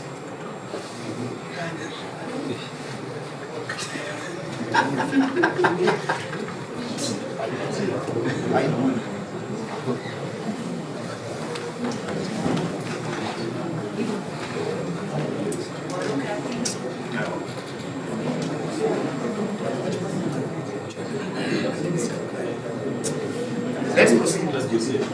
Already started. Okay. On the topic, we were on the topic of youth unemployment. The youth of Kisumu are being forgotten. And we need to start talking about them. The youth in Manyata, the youth in Obunga, the youth in Nyalenda, all these are places I grew up in. These guys have degrees. That's why we say, one, we are going to organize youth groups, women groups, border groups. We are going to organize them into circles. Cooperatives is different, but circles is how youth can progress. And it doesn't take the constitution to organize a circle. It just takes political goodwill and leadership, which is what we've been lacking in this place. We are going to organize these guys into circles and connect them to other funding agencies like banks, like equity partners, those investors the governor is speaking about and I'm speaking about. We are going to work in tandem because we are members of the Azimio and we support Raila Amolo Odinga for president, but also locally we know that we are elected officials who have to put their differences aside and focus on helping the people. We are going to do that. On unemployment thing, I mentioned skills. We have to improve the skills of our people. We have to empower them to employ themselves. On top of it, building of industries. We have Kikomi, we have others that have fallen. Even last year, the governor of Kisumu officiated an opening of a fish market, a fish factory in Kakamega, while our sitting MP was in office. I don't know how the engagement was with the governor to take that fish factory to Kakamega and not here in Kisumu. That is something that shocked me because we have the lake. We need to have industries in Kisumu employing our people using our resource. We are going to do that. On the issue of CDF accountability and patronage, let me finish on that. We have to create structures that allow that CDF money to reach the bottom strata of our people. With the 6 institutions, the 6 areas we are going to build centers in of sports, of arts, of skills training, there will also be my CDF offices. So the people will have a transparent list of all engagements that we are going to do within the constituency, the budget allocation we have, the people responsible for this are going to be displayed there because we need transparency. As we speak, there is nothing like that. Some of the people are just hearing of CDF during campaigns. We need to bring transparency to that. We are going to do that. Patronage of CDF has been an issue, and we know, and it's not only Kisumu Central, it's the whole of Kenya, that the patrons of CDF funding, who are also the sitting MPs, they collude with their friends and other cartels and create multiple companies that they siphon the CDF money to in bogus tendering. We know this. Let us be truthful. And we have a lot of cases, even in this constituency and in other constituencies, that are being investigated for malpractices. And these are things that within the EACC and things that are being investigated by the DCI. Thank you. Thank you very much. Honorable Eliud, please go ahead. Thank you. I'll try to be very brief. Briefly, I have Honorable a little question. Like, look, when it comes to MP, on one side supporting him, and on the other side, I'm just being objective. That's the case. Like, I've known of Bill Gates, I've known of Equity, Wings to Fly, and from today I'm starting to know of orders, I don't know what you call it, whether it's orders foundation. I'm happy for you as a rich man. Now, and if, again, these priorities, Mheshimiwa, if you really had the luggage to spend 9 million and you saw it fit to direct it to building toilets, I'm afraid now you have to go, Mheshimiwa. This one, I'll campaign harder. To schools, you build latrines in schools. I tell you, there are questions which were asked to you. I was directed by my colleague. Okay, let me very briefly. I see accountability of CDF being addressed. And again, it takes me back to Mheshimiwa. Leaders of integrity. That is one reason why you have to tell you the chain or pan. Integrity issues, I think I come in very clean. If you sway anywhere, Away from that, then we'll have to push for public participation and transparency. That is one way that can help GAB. And I'm not a CID, I'll have to task one to follow up to that. It's a question of what money gets in, what is spent out, and how. ICT was related to Mheshimiwa Uda, and then the economic funds again that was put in. Now, the Kisumu without an industry, Kisumu Central without an industry, it bothers me as well. This is an economic hub, a regional, national, and also a sub-county. What do we have? That is the question. In my place, I think we can prioritize fish processing. I mentioned that initially, the imbalancement that is there, I may not need to dwell in it. That is one way to come up with it. But the border issue is also raised, unless I'm missing something. For way long now, I've been trying to push my brothers in the border industry to consider a circle. Period. I think that is the only best way to come out of it. Anything else is details. You can consider the county government, the licensing. It should be subsidized, in my opinion. And special schools. I may not know everything. Confession. It hasn't come to my attention yet as a priority, but I'm now getting interested, if at all. We would have those people who have special needs and don't really, they cannot get these services from what you have available. So now I'm interested about this. I think you've covered it today. Thank you so much, Victor. Let's go. Thank you so much. Thank you so much. Just before I answer the question, I hear my worthy opponent when Brian talk about us being independent candidates. You know, as a leader, I don't like being hypocritical because Brian was recently in Union and was dancing with Ruto just 2 months back. When I come back, he will talk about us being independent. People who are in Odium, and because of the South Chamboli nominations, we are here. So you're in Odium and you're independent. All right. Okay, let's go. Now, what I'm saying is no, please. So what I'm saying is very simple. One, I will first want to talk about the issues of infrastructure, the issues of our industry, as have been proved by Aoki, and of course, being a place where we don't have industries. I did mention in the manifesto that one, we are lacking priorities when it comes to youth and employment. One of the issues I did address, and I think I've addressed some, I've made it as a commitment that before any of these, before we talk about industries, we have supermarkets, we have, big wholesales, we have companies here. Why don't we put it as a legislation through our collaboration with the county assembly to ensure that any supermarket which is being opened, we have 75-80% of our young people who are being employed, as compared to what's happening today. You get these guys coming from Kikuyu land, they come from, coast, and when it's open, you get completely different people. What are we doing as leaders? So this issue has to be addressed so that any company, any supermarket being open here, priorities must be given to our kids in slum setup within Kisumu Central and so forth. I've also made very clearly that the border, which has now contributed to a very big industry in Kisumu. In fact, all of us here, I think at one point or another we've been in border in terms of being carried from one place to another. We must empower these young people. How do we empower this? First and foremost, these young people must be taken to the driving school.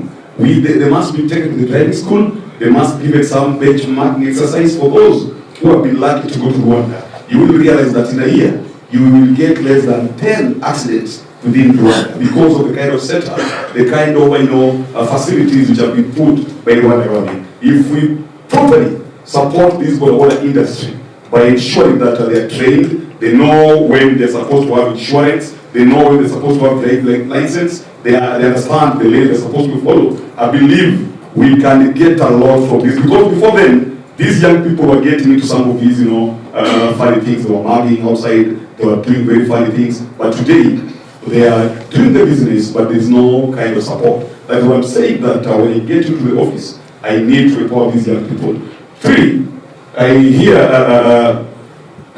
people talk about, these industries like economy, they've talked about the fish processing industries and so forth. I have said I will not talk about that. I want to create something called innovation and incubation hub. How does this thing work? This thing will work in this way. We will be identifying young people who have skill, who have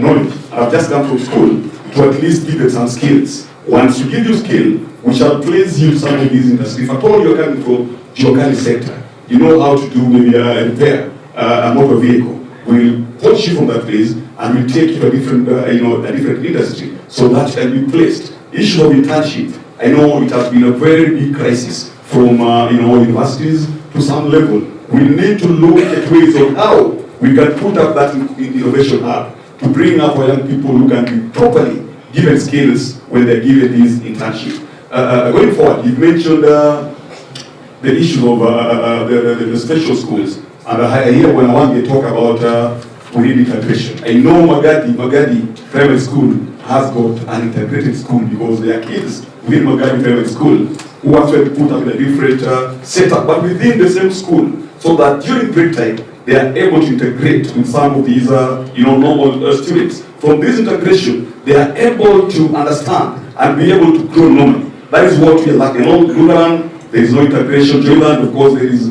one along Kasagam Private School bordering Kisumu East and Kisumu Central. So all these madamas you have put, it is very important that we also motivate some of these teachers who are handling special school. It is not very easy to handle a special child. And for you to handle this special child very well, the first thing has to be motivation. And motivation does not necessarily come from the CDF, but through our network, there is a way how we can motivate these teachers by upgrading their training skills, by doing something that they can really understand and appreciate. We've talked about the CDF allocation and, of course, accountability. Mweshimo is here, and one person will speak straight on what I know. One, I'm also an administrator from where I sit, and I will tell you very well, and Mweshimo was recently ranked position 194 out of the 290 APs from the research that was done on how they use the CDF monies. There was issues of education, there were issues of health, there were issues of I think they majorly dwelt on education, health, and of course infrastructure. And we were 194 out of 290. This means that we've still not performed well. So if he happens to get into the office, or if he happens to get into the office, he has to improve very well on those areas. I know it is not very easy, it is very challenging, but I want to tell you for free that if I happen to get in my audience, I can see these guys, they're very brainy, and I will accommodate all of them into my office. I will ensure that those issues of accountability are properly dealt with. It's okay, Victor. Conclude, please. One, you mentioned about the committees. I know there are committees which are set by the national government. However, you can cascade these committees to the local people. For instance, get a small team from Obunga. You can motivate them. They don't have to be paid by the CDFPT. Motivate them. Let them do the work of looking for the needy and deserving students who desires to give them what? The bursaries. Not as compared to what happens. Okay, I can see Bonatiga here, where they sit in the office and they just say so and so. So and so because we support me, part of the community. We cannot go that way. We must get a well-structured way on our CDF can be properly allocated within Kisumu Central. Thank you. And that is what we have been Okay, no. Let's have order. No. Excuse me. The rules. Friends, listen to me. Just wait. Everyone, kindly, let's leave everyone to speak their mind. And I think I've been very generous with time. It's okay, you have a right to reply. But can that person finish first? Let him reply. The two have been getting a lot of airtime. That is Brian and Moshino. When it comes to my time, it's cut short. I also have a right to proceed. So what I'm saying is very simple, and I'll be very short and brief. Because we are here to critique each other also, yes, to get to know how we are performing. Because this audience at some point, they will ask us that during this period, why could you mention these and these? We must be very certain, we must be very categorical. And it's very unfortunate that one of the people who went to certificate has not come here. We have actually have him here so that we also put him to task to get to know what exactly is going to deliver to Central people. Because these I think from this, it's an indication that he does not have the interest of Kisumu Central at heart. But I think it is important to know that Mheshimiwa has done very well.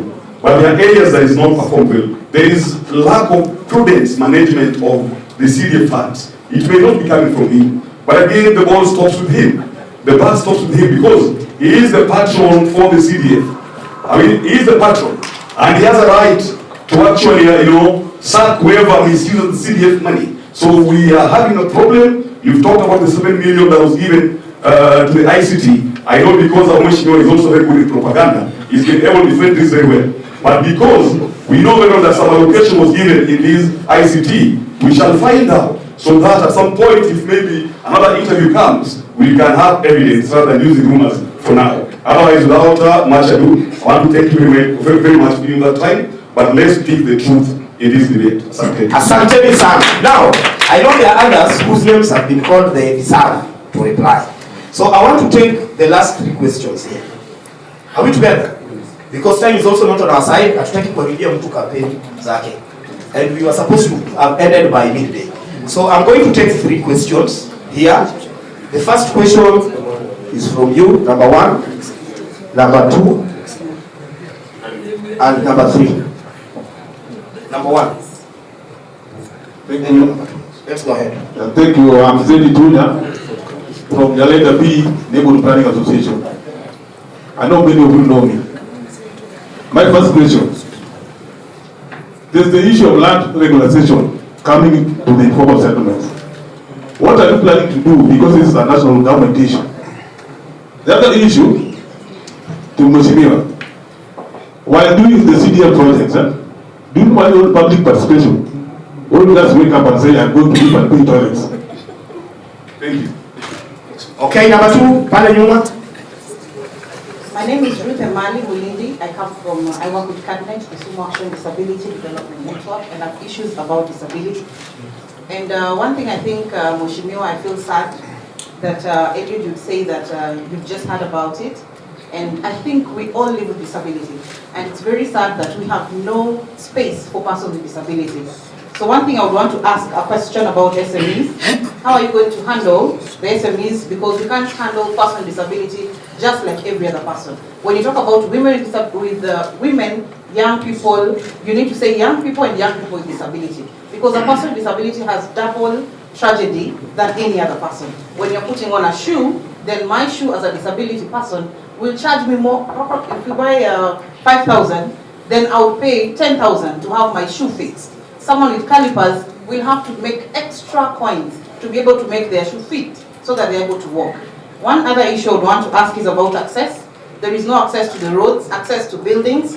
The road here that has been built, it's new, it's nice. But a person with disability has to walk Kamagari and around Arudi. Is that fair? And what are you going to do when you're in office?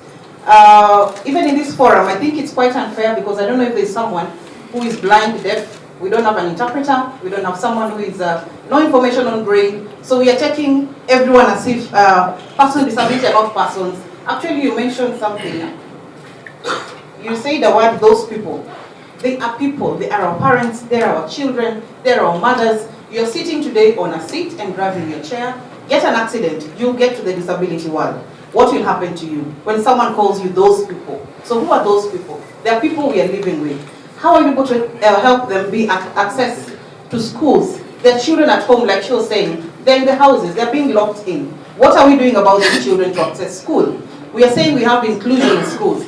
That teacher you want to include a child with disabilities has no information on how to take care of this child. How does a teacher mwenye amefundishwa tu normal education ya shule hajui ku handle that child with disability? What are we going to do about the education system for the person with disability? The health sector is not inclusive. The hospitals are not accessible. A mother who has disability, how do they give birth? Thank you. Fair enough. Thank you. Then lastly, here, get your mic up. As she's bringing the mic, my sister, you actually said that you represent CADLET. Yes. CADLET is an organization which works with who? So they are actually represented here through you. Let's proceed. My name is Stephen Obo. I just wanted to ask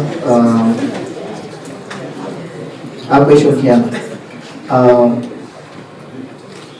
My MP, there is this money which is always being disbursed by the Kenya Roads Board Fund, which should be working on the roads.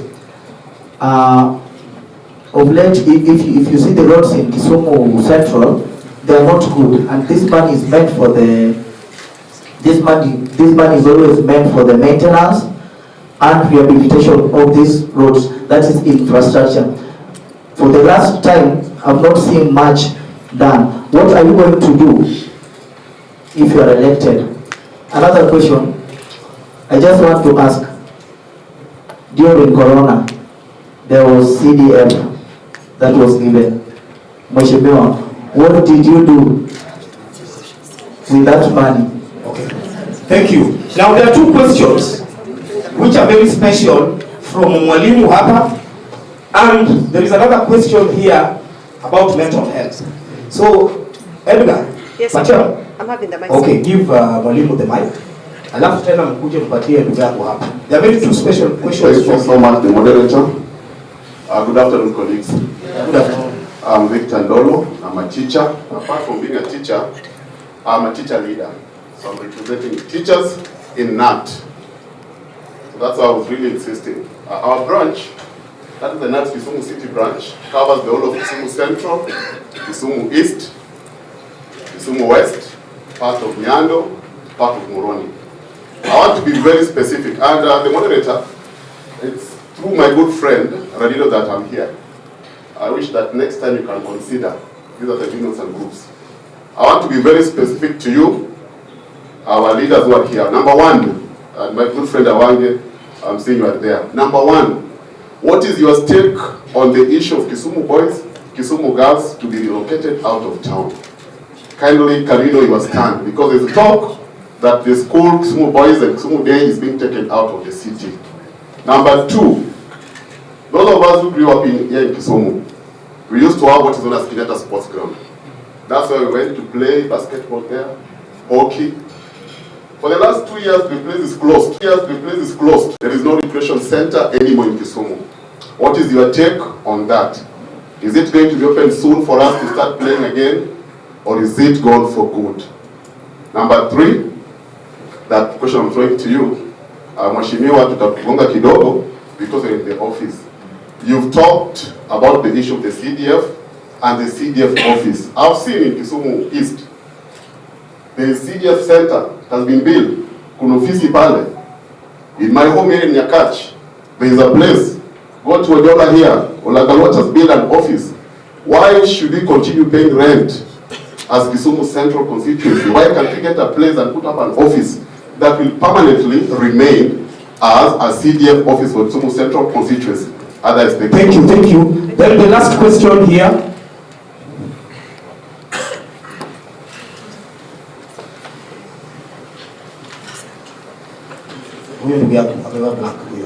Okay, go ahead. Thank you, moderator. Sorry for altering the protocol because you have covered our area. You know, matters governance is like word of God. You don't know when you feel touched. Now, my question, which is more of maybe exchanging idea with them, because I don't know whether it's really covered within the Constitution as regards their mandate. But the biggest problem that the world is facing, and a constituency like Kisumu Central is facing it more than other areas because of the informal setup, is mental health. Let me tell you, when a moderator, even in this room, you realize that out of the 5 candidates, 2 are suffering. And even the audience here, the attendance, if we are 100 people, you realize that only 20 are okay. The rest, these leaders are addressing people who are suffering from mental problem. So, as a society, we need to realize that mental health is affecting like every area in our lives. You see, when you call for application for bursaries, 30% of the applicants or the applications are as a result of mental health. Somebody lost it along the way and they are unable to take their children to school.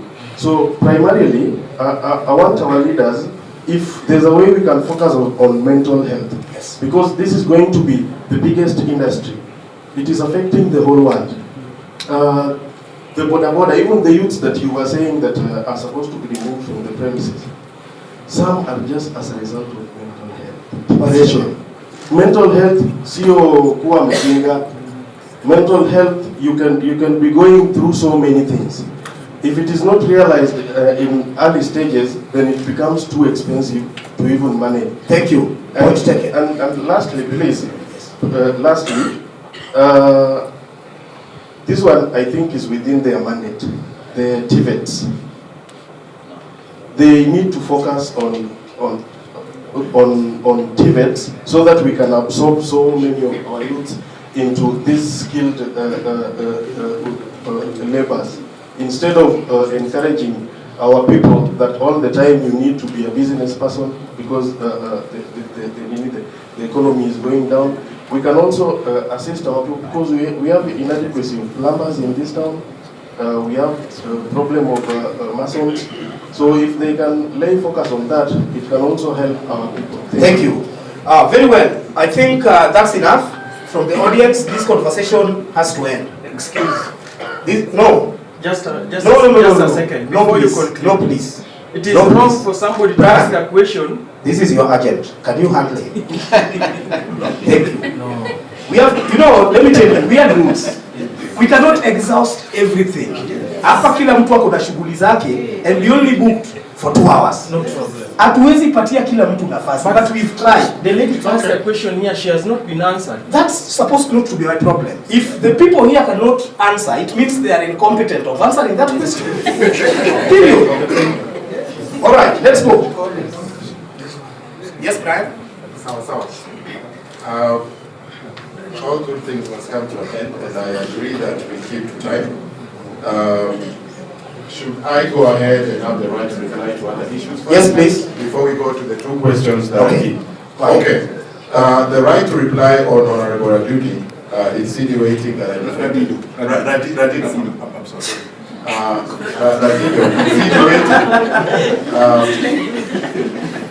That since I'm the only Azimio of one candidate who defected from the UDA, I want to make that categorically clear.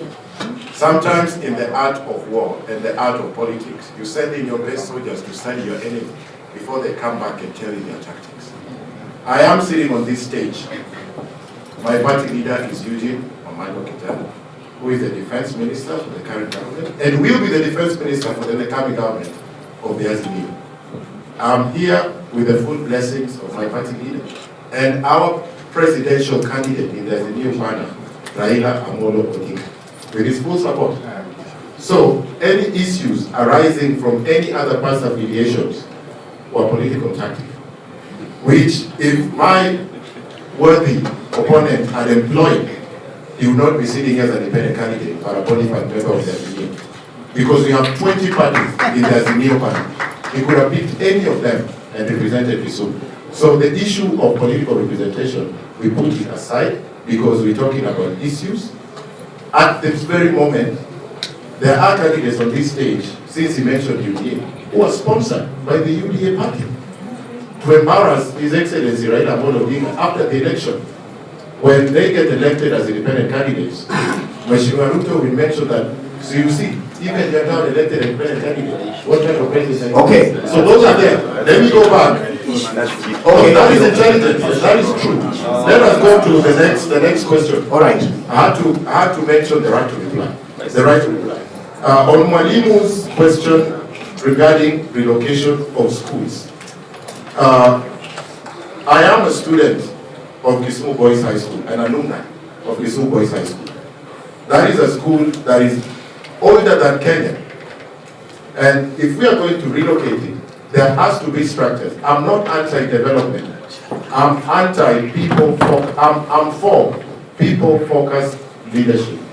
if we are going to relocate a school, any school within the city, we have to first construct another school in another conducive area, build it to full finish, and then we can relocate.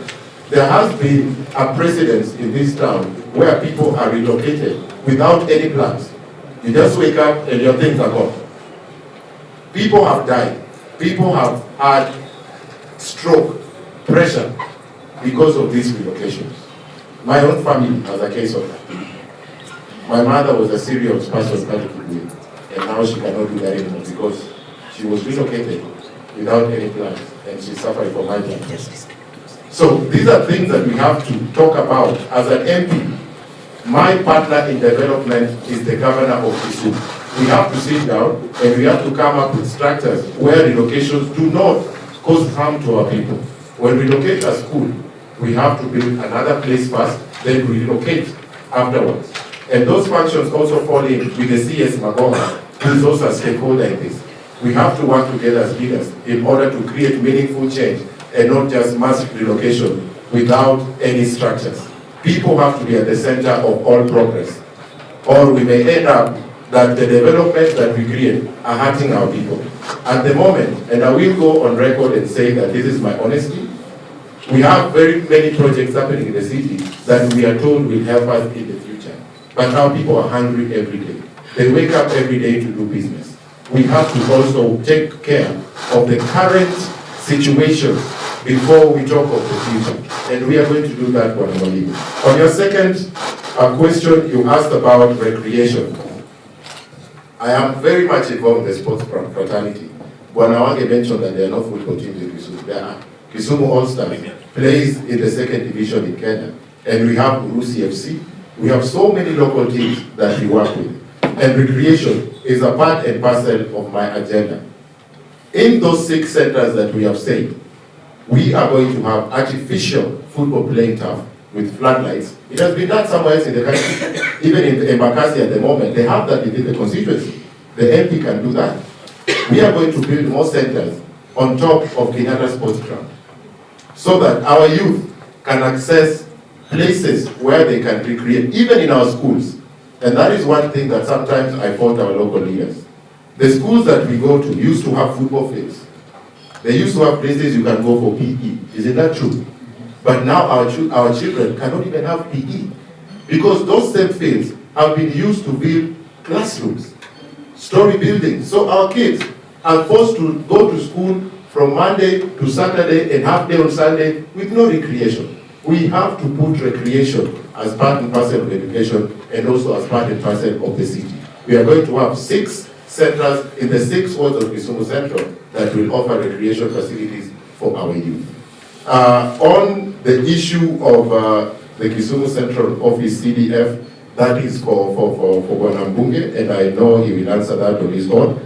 But just to add on, those 6 centers that we are going to build are also going to be CDF offices and also the office of the MP, so that we increase accessibility to leadership.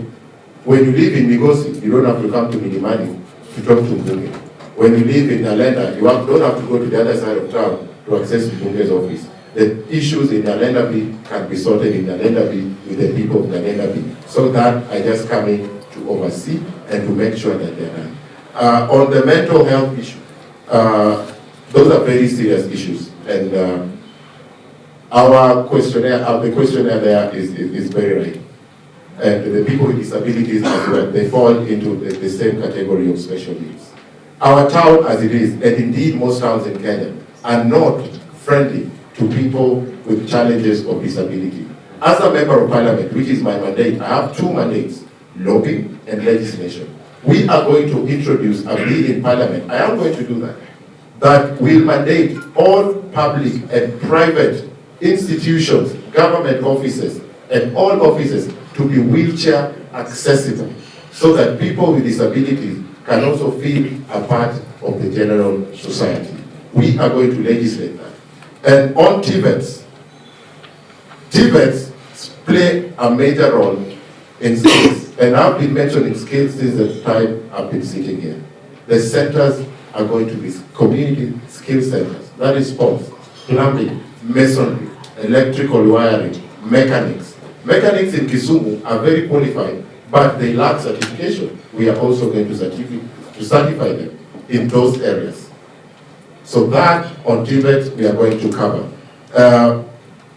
And on top of it, you mentioned skills, but we're also going to bring in a law at the national government as an MP. An MP's main job is to legislate and to lobby. When we legislate, I want to push in a bill in Parliament, and I will implore all of my worthy competitors here that they consider the same if by God's grace they get elected or re-elected to Parliament.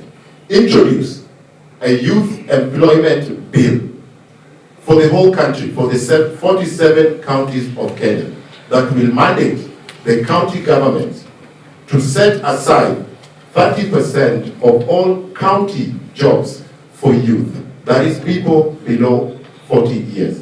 And it is possible by legislation, but it needs all stakeholders. It needs other members of parliament, it needs local counties, but I believe that as an MP, you have the power to at least introduce in parliament and have the members discuss it. Because when we discuss good issues, at some point they will be present. Thank you. I believe so. Thank you for that. Thank you for that. All right. So we will get Mwalimu Wange, then we'll come to Honorable Fred before we go to Kimalizia. Thank you. I said that we, Kisumu Central, we don't have a team in the Premier League. That we must change. We used to, as Kisumu County, have teams, in fact 3 at the Premier League. We must change that. And it requires concerted effort from the MCA, from the MP, from the governor, and everybody, so that Kisumu County has a team in the Premier League. And also our fields must now be open, including the Jomo Kenyatta sports ground, where we was closed for renovation. Then another thing that surprised me, ladies and gentlemen, my mandate as a member of parliament, the designated Kisumu Central, is to protect the assets of this great county. This is a city. We don't remove assets. I am on record saying that Kisumu boys, Kisumu day, Kisumu girls is going nowhere. It was in the nation, it was standard, it's everywhere. And Cabinet Secretary Makoha said that Kisumu boys, Kisumu day, Kisumu girls, area, Lake Primary are going nowhere. This is our pride. We cannot remove a school and it will not wake up Biashara Mwindi. That one, it will be done over our dead body as a Let's not use this platform to discriminate others. Yes. So kindly apologize. I am apologizing for that. But I am emphasizing that Kisumu boys, Kisumu day, Kisumu girls, Lake Primary area, and the like are going nowhere. In my big mandate as a member of parliament for Kisumu Central, I'll be there to protect those assets that are there. Removing it to Kisumu East, which is the other big school we have in Kisumu Central. So I'll be there to protect those issues. Then there was the issue of BBI, which was just shelved. One reason why we are supporting Baba is because of that issue of the BBI. One reason why other counties are supporting Baba is because of the BBI. One man, one shilling. We should not lament. Raila comes to power and BBI is what? It's revived. So when the BBI is revived, all those things we are lamenting about will be solved. Because we will be able to change the constitution. Let us not say, I saw the MP lamenting that thing you cannot do, that one is the constitution. That constitution was not cast in the stone. It was made in the year 2010. But now the time has come. Reggae imesimama tu kidogo. After that reggae itaanza kila Wajakoya. Alafu tutaleta BBI. Tukishaleta BBI, hizo pesa zitarudi mashinani. CDF itaongezwa na pia sisi tutapiga kelele kwa bunge. So those laws that we are saying and we are worried of, that this one belongs to the government, this one belongs to, those ones are going to change. And they can only change when we elect people who are epitome of change. And you inakuja na baba na mama. Baba na mama are the epitome of what? Of the change. Then there is the issue of security. One thing why we are not developing as Kisumu Central is insecurity. There is insecurity in Igosi, insecurity in Manyata, insecurity in Obunga, and it escalates even in Kawoshi. It escalates, particularly during this time of election. We must now work with the stakeholders to ensure that in this new dispensation, our people are able to conduct their businesses in a secure place. Our people are ready to, can sleep in their homes in a secure place. Most of the security officials who come here do not care. They come with a preconceived mind oh, I've been posted to Kisumu Central, I'm an OCPD Kondere. There is a problem. They come here, it is just business as usual. This must stop, and we must ensure that there is security in Kisumu Central, because Baba alifanya handshake. If Baba alifanya handshake at the national level, we are not going to fight over what? Over politics. We should not be fighting in Kisumu Central because of what? Politics. That is why we are saying, Mheshimiwa, that 6Ps imekuwa ikienda na Raila anaanguka. This time Raila aende na independent waingie. Asante. Thank you very much. Honorable friend, go ahead.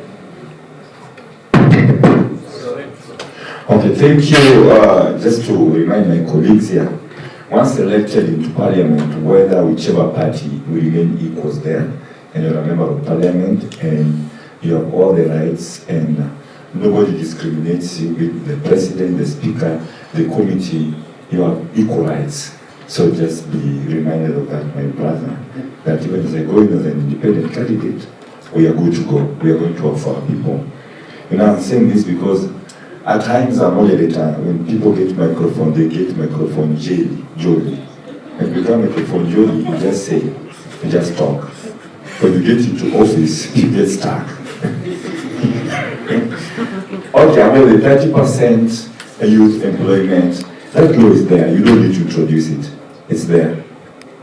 Yeah, the 30% bill was brought to parliament, it was passed, it's there, it should be working.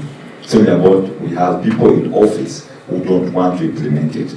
We just need to have a president and a vibrant parliament to make sure that this law is put to good use and to be enforced so that our youths can get jobs, can get employment. I've been doing it, and I believe other institutions can also do the same. People talk about toilets in schools. Teachers are here. My friend who is also a teacher is there. I want all these candidates to know one thing, that if you get to office, one of the menace that you have in Kisumu Central, one of the things that I found and that actually was becoming a thorn in the flesh in Kisumu Central was lack of latrines, lack of toilets in school. And that alone can make a whole school be shut down. They have received letters to that effect. So don't just make it look so trivial and issue and small and make it look like, my friend, it's a big task. Ask all these teachers, they will tell you that is one problem they have in schools. So I embarked to actually make sure that I sort out that mess. So make sure in case any of you get into office, which I still doubt, I will make sure.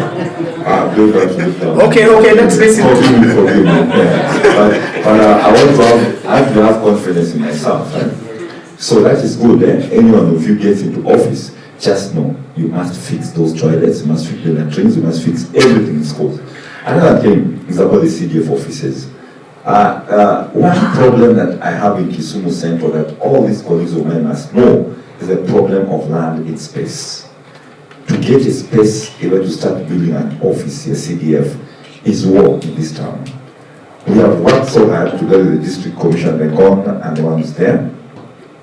We have now tried, not actually got one, but we have tried to find a space somewhere around Kibuye, just next to the locals, opposite locals. We are trying to work out some land there. Once we are done with the issue of land, you can get the construction going. And you see it going. You know me, I'm a man who says and do. I'm a man who says and implements. That's the truth. And everybody who sits here know Oda Kisema atafanya. So wale wengine when now who are my colleagues, my friend, I've been there for 15 years. I'm there for 3.5 years. It was 5 years, 1.5 years, Corona took. So 3.5 years. So 3.5 years. Give me some credit. Be lenient. Just say 3.5 years old, they will add more 5 years in see an office up. So if you are only ready, I ask for your vote. When you rudishe nimalize your office itatengeneza. About this postground issue, it was closed down. Yes, I saw it. It's the function of the county government, and it was being done by the county government and part of the World Bank money. I was there the other day. They have done some quite impressive job, and I pray and I hope that whoever becomes the next governor must open that place. Because our people are out here, they don't have a place to recreate, a place to sit down, a place to think, a place to flash back. I mean, we need to open that place for them. And that one, I can say a lot of certainty. As I come back as a member of parliament, just know that place must and will, shall, and must be open to the public. So that what you buy to me, he was saying, yes, because the person are here. So you cannot say man still because I'm waiting for the next governor. So to sit down and the next city manager and you open. As I said, most of these questions you ask here, I want to be very factual with you. As I said, it's easier said than done. When you get to office, it must be all inclusive. It cannot just be me. It has to be us as a team. So the people you left in office, besides me, must be people who can cooperate and talk and sit down and we agree together. That then answers the question of Kisumu boys, Kisumu girls. In my own thoughts, there is no way we can reallocate those two schools. You do one single mistake of removing Kisumu boys, Kisumu girls, area primary. What you're trying to tell us in essence, because there is no land to take those schools in Kisumu Central. We don't have space. So you're just telling us that by doing that, you are denying us Kisumu girls and Kisumu boys to go out of Kisumu Central. So we cannot agree. So let them be. Let us have better friends with the old boys of Kisumu boys approached me and I said my next project, my number one project Kisumu boys, to make sure we have good fencing, both Kisumu girls and Kisumu boys, so we can protect them from the public and give our students conducive environments to learn. So they are not going anywhere, those schools are not going anywhere, so that takes to the bank.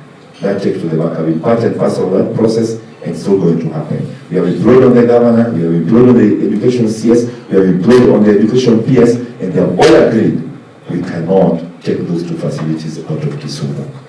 Thank you so much. Being I'm in office, I'm not going to do, and I've been part of it. You can as well clap for me because I've been part of that process.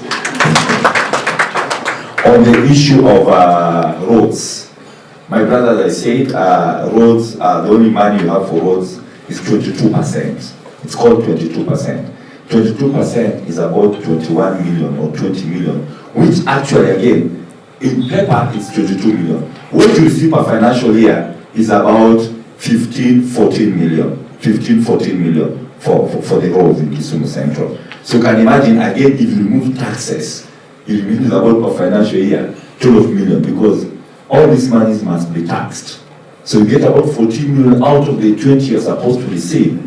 Then you tax it, then it remains 11 million. That's why myself as friend of their border, I went an extra mile and partnered with everybody in the ministry, be it Kura, be it Kera, be it the ministry, and brought about 78 million through my own initiative, through letters, responses, and those 78 million to Tamaklowe. That's why I went out of my way and again wrote letters, responses, and be on that floor every single minute, every single hour, and got 258 million to redo the roads in Tomboya Estate. Going to Tomboya, that is my initiative. And I'm personally not waiting for this little allocation.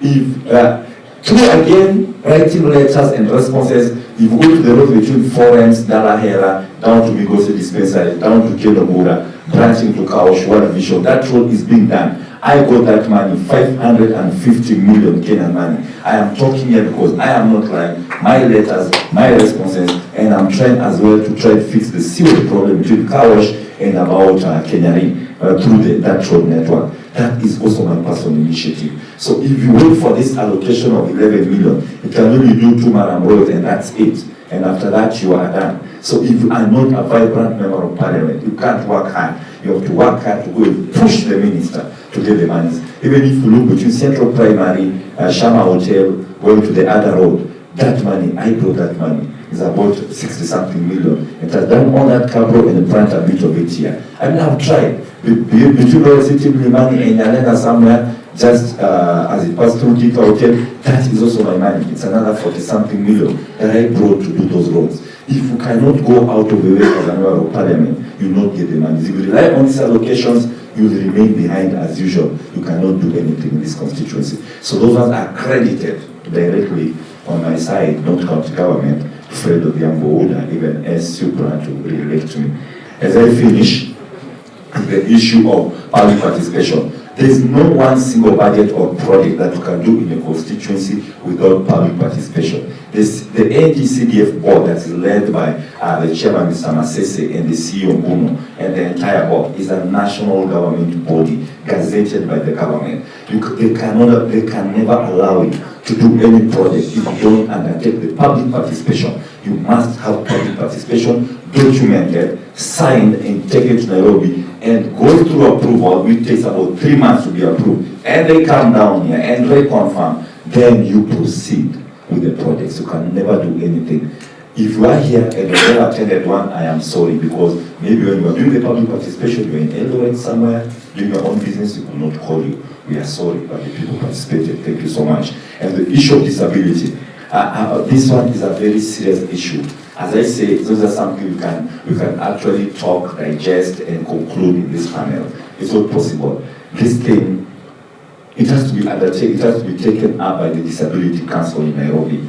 And as leaders must be involved. We have had problems, even here in the constituency, whereby you don't know who are the true leaders of the disability, whatever council, and you know it. Like in my office, we have one disability in the NGCDF board, Kisumu. But when you ask the rest, they'll tell you, we don't know her. Yet she tells you she's been that board. You go to a meeting, they say, those are not bona fide leaders. We need other bona fide leaders. So we need to harmonize this thing. But on the issue of disability, I can tell you, as I go back into the next parliament, as I go back as the next member of parliament, God willing, I pray. These are some of the great areas that I need to put my socks on and make sure that you have proper infrastructure, you have proper lineup, you have a proper office here in disability, so that you work together as a team ndio tusaidie walemavu wa Kisumu Central bila kuvutana huku na huku. Tukuwe na timu moja, mbunge atafanya naye kazi. Nimeongea mengi because nimeulizwa maswali mengi, na pia ndio mambo yangu ya mwisho, na naomba tafadhali mkiniangalia. I'm trying to be as factual as possible. Sitaki propaganda. Mnichague tu tena. Thank you.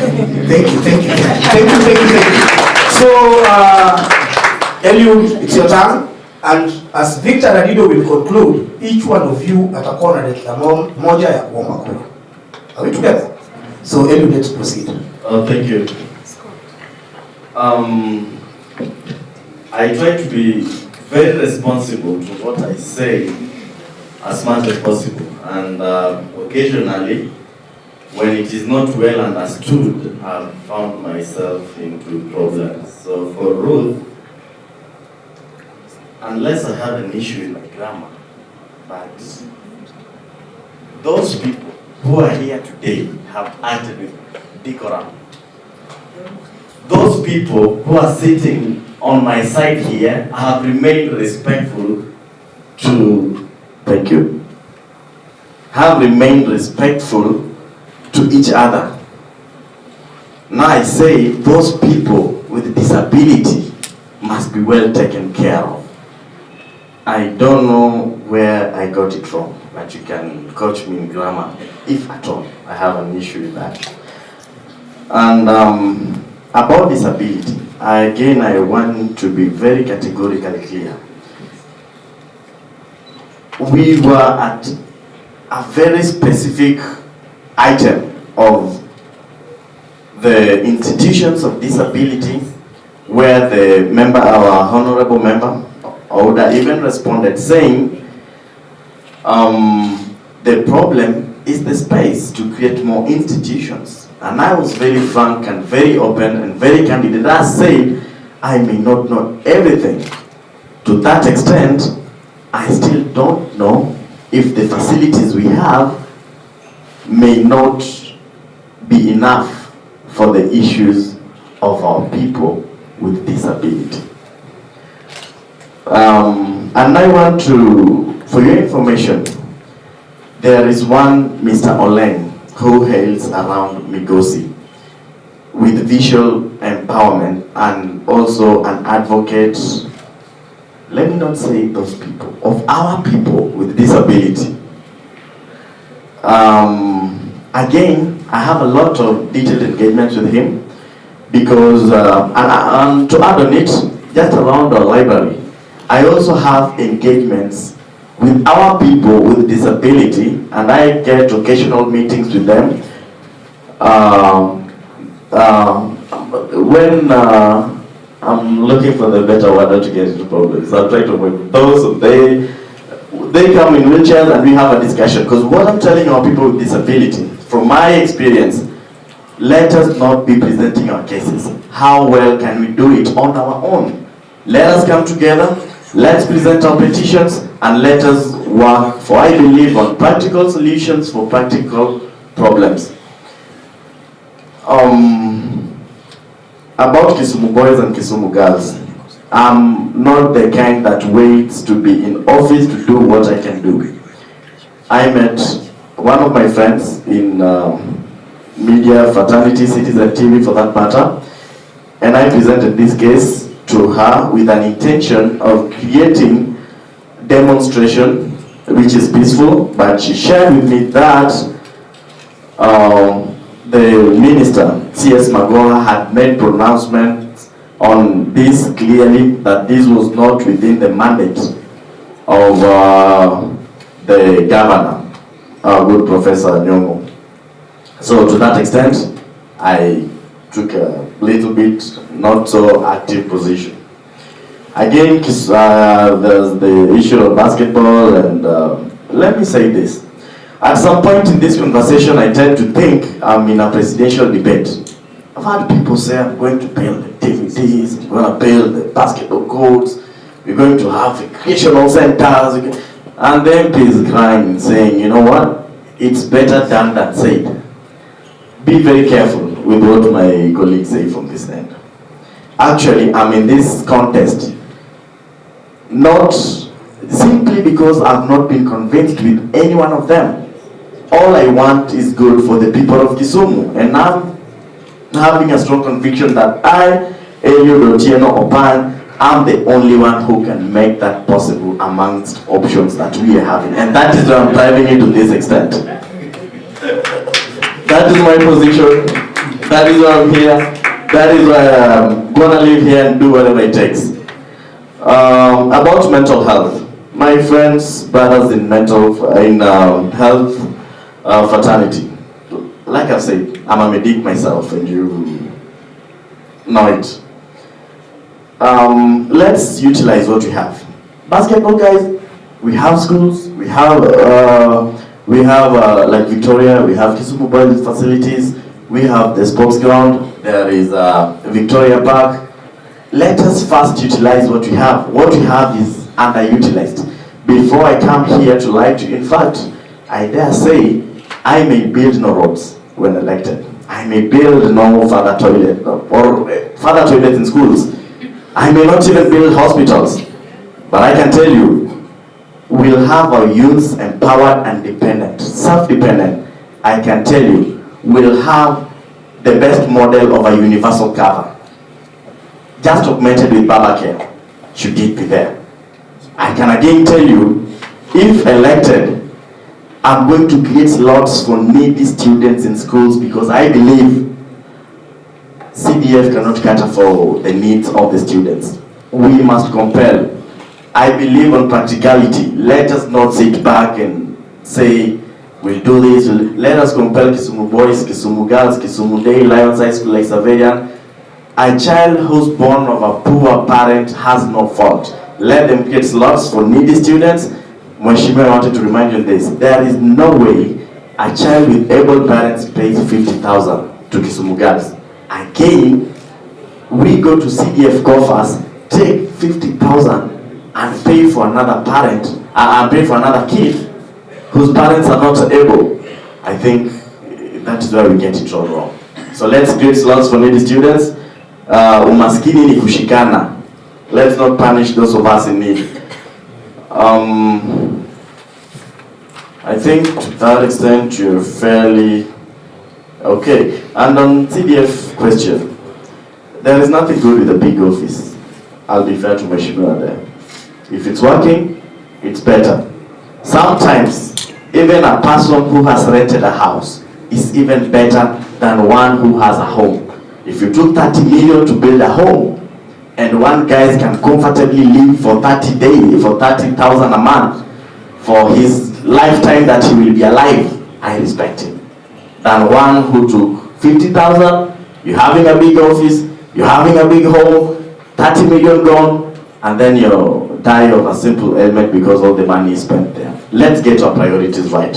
So to that, Mheshimiwa, I'll be fair to you. Without the office, if it is working for us, fair enough.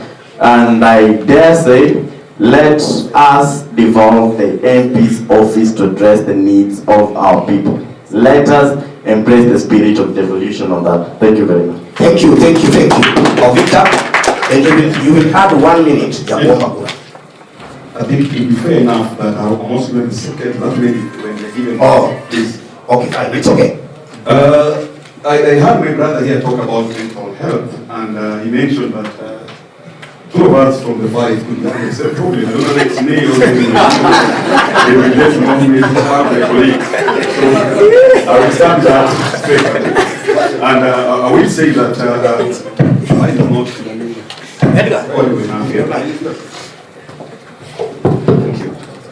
Yes, I will say that part of the program that we do in scouting is purely mental health. And I do understand that we are facing so many challenges, especially in the professional field. You've seen the police officers killing themselves. You've seen, professionals, people you can't believe hanging themselves because of stress. It's a result of the mental health. We may not discuss mental health here because it's a broad subject that requires a very good setting and a discussion on how it can be addressed. But for that, we don't really need to wait until I get to the office, but we can get those who may be in need for me to look them into our program that's currently ongoing. Secondly, it will be very unfair again for my good friend Mheshimiwa to say here that out of these people, he doubts whether they will win. It was a very, unfortunate statement, Mheshimiwa, because we are here, we are all worthy, and I think you should also know that Kisumu Central, you only go for 1 term. It's only that you might go for 2 terms, if you go around, and I will support that. Straight to the point. I will not talk about the issue of Kisumu boys, because the matter, I think, is in court, if I'm not wrong. The matter is in court, if I'm not wrong. And I will not address that here. Yeah? The matter is in court. And someone who abides, a law-abiding citizen, it will not be proper for me to sit on this platform to discuss a matter that is in court. We'll allow the court to do their process and give us the verdict at the right point. My brother here talked about the issue of Kenyatta Sports Ground, which has been a recreational facilities for young people in terms of nurturing talents, having tournaments, playing a number of sports. The place has been closed for the last 2 years. I may not know why it was closed, but from my understanding, it has been going through renovation. It is my hope that through the county government or the one who will be coming in next should open the place so that our young people can have their talents nurtured, sports can be played, and a number of activities can be done. I will not belabor on what my friends have spoken about because we have our time to ask for votes. But I want just to ask that we, as opinion leaders of Kisumu Central, we shouldn't take this debate lightly. We should take this debate seriously, and if possible, there should be more of these debates to engage the leaders who want to get into the office. It may not be me today, it may not be him today, but another time might come when God will give me the opportunity to lead Kisumu Central. But the people we are putting in office must be people who can do the right thing as to the expectation of Kisumu Central. We have been built, we have been lied to. A number of things have been happening in Kisumu here. You don't see leaders coming in to support. It is very unfortunate that if you walk within this town, you will still get places where people are getting water, dirty water from the streets. They cannot get, if you go to Nyalenda, there are places where people still fetching, getting water from, these funny places. Something that can be done very easily. When you go to a place like Nairobi, you get estates like Dandora. You don't get estates like, Kariako, and all of them, they have these kind of banking sectors, there are supermarkets, there are so many things happening there. We've still not reached that point. I wish therefore to state that once I get in, one of the things that I need to do as a way of creating employment to our young people, and even the age, who tells you that the age do not need employment. Even in America, people will get employed as late as 80 years old. So I know very well we are suffering here simply because our economy is not a 24-hour economy. Can we engage with the county government to ensure that this town operates even beyond 8 o'clock? When you come here at 7 o'clock, the town is dead. The only places that are functioning are clubs. We can still make more of clubs. We can make more of, the hawkers can be given the opportunity to be able to display their properties, their goods within these places and make the place operate throughout the night. So these are the kind of engagement that we should be talking about. We need to know about how we can support our young people in schools. We shouldn't discriminate. And for this, I want to ask again to Mheshimiwa, and I'm not taking it personal, but because I move around and I've been here for quite some time, there is discrimination going on even on matters of building schools. I know of my friend here, Victor Dolo here, who has never had a school. Even it's if you go to St. Martin's Zodiac, it is in a very poor state. But because he supports me, he cannot get that school, facelifted. I went and did painting in that school, and he can say this. I painted that school, part of it, because of my little resources. I could not do the entire school. When you go to Kauleni Muslim, you are told that we cannot do for your toilet because Mohammed is your strong supporter. So we must say no to some of these things and ensure that all our schools are properly taken good care of. And for lastly, I want to say this: you may be sitting here pretty, and a lot of things are not happening well in our schools. It is, if you go to most of these schools like Victoria, many parents rush to Victoria, Aria, and Hampshire because they believe that is where there is quality of education. We are not getting it right. It is happening simply because there are standards which have been set in those schools. We must now get out as opinion leaders. Go to these schools. If you happen to get elected again, then move around in these schools. Get to know the way, the facilities that we have. Some of our girls, they come back home. Infection. Because the toilet is not properly maintained, nobody cares, nobody that goes to those schools. The education officers, when they go there, some of them are compromised. They cannot make the school operate the way it's supposed to be done. So it is I want to urge all my worthy opponents, including Bonawangi, who sits in the, school part of it, that even if we don't get elected, we've already made, we have known. Can we still work with you people and ensure that Kisumu Central gets what they deserve? Whether we are elected or not elected, let's not stop. Let's move and support if you're elected. I know it is only God who will give us a leader. For now we are talking, but by 10th of August, only one of us from the 5 will be the leader, and we shall support him and we shall move together as a team. But the most important thing, we need to know that Kisumu is Marwa. We are not going anywhere. We must stay here. We must build Kisumu, and we must make Kisumu become a city by, not just by name, by the operations of Kisumu. Thank you so much. Thank you, Victor, for that. Yes. Now, before Mr. Onge starts by asking for his votes, you have 1 minute each. This project is supported by the US government to do 3 things. One is we are supposed to empower, educate. Listening to our candidates, I am sure you've learned something. Ama ni uongo? Si umelearn kitu? Secondly, I'm also sure in a way now kuna information umetoa hapa yenye unaweza tumia ku-engage somewhere else. So you've been empowered. Are we together? Then, lastly, there is change. And this change ni tarehe ngapi? 9. Make an informed choice. You've listened, and I still repeat, we invited every single person. Naona kwa social media watu wanasema ati yatukupatia oron nini nafasi. Where he sits in his heart, he knows that he was done what? Invited. And let's be ambassadors, guys. I am sure in his heart anajua vizuri sana, na mimi namwambia daktari nilikuinvite. And I don't want to mention how I invited you. Then I want to ask our candidates. I don't know, maybe ni mimi ndio naona hiki tu vibaya. This is a public office. And we are seeking for public office. Sasa unajua, hakuna venye naweza enda kwa nyumba yako Nairobi nikutafute. Ama namna gani? Yes, situpatane tu karibu. Si ndio? Then we talk, come, discuss, and everybody votes. So, I want to request our candidates here. Kisumu has been ranked as a hotspot. I really hate that word, hotspot. I think we are very organized people, we are very decent people. And if we agree here today, how watu wenye wanafikiria sisi tunapigana, we will shame them. We have a commitment. And I like what my brother Victor Adido is saying. When all is said and done, mtu mmoja atakuwa kwa hiyo ofisi. So what stops all of us hapa? We work together and we push our agenda. Is that too much to ask? No. It's not. So that we help each other as we push this agenda. So I want to request our candidates that you have forms there. These are commitment which we are doing with NCIC just to ensure that before, during and after election, in your own way, if you can try and manage anyone who wants to create chaos, please talk to them. Is that too much?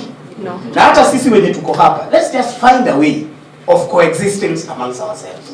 To us, that is what is more important. Kisumu ni yetu, we have businesses to do, the others who will represent us, na sisi pia lazima tuendelee na kazi zetu.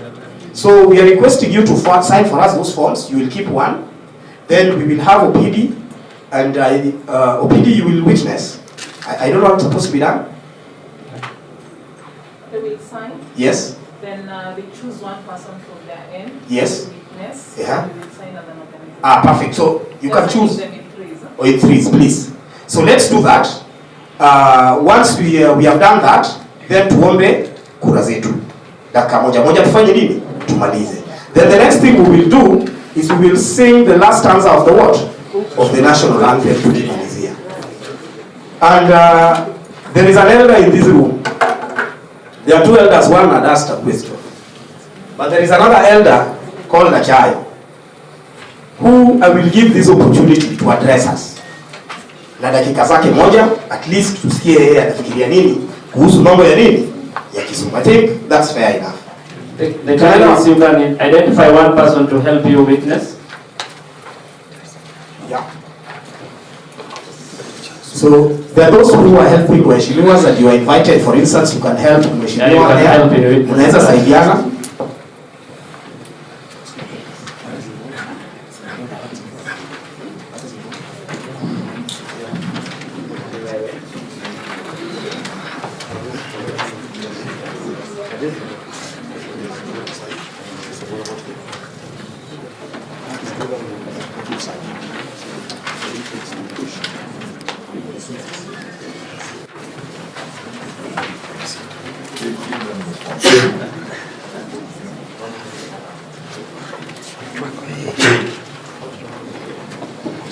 So, just a small reminder, as you will be requesting for your votes, just kindly commit kwamba mimi George Collins na hapa ya kwamba nitahakikisha kuna amani.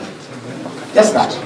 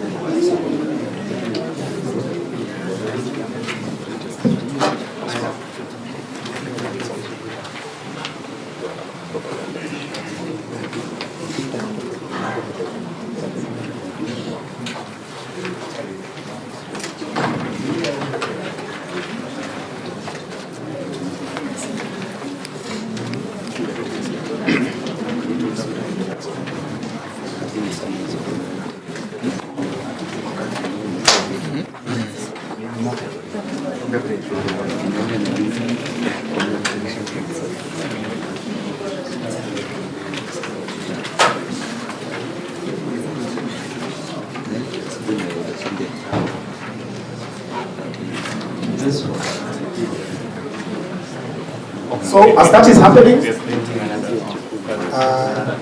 I think we are through, right? Tumemaliza?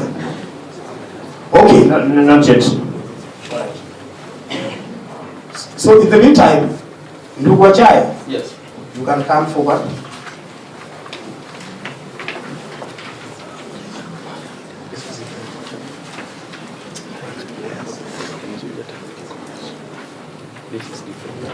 All right.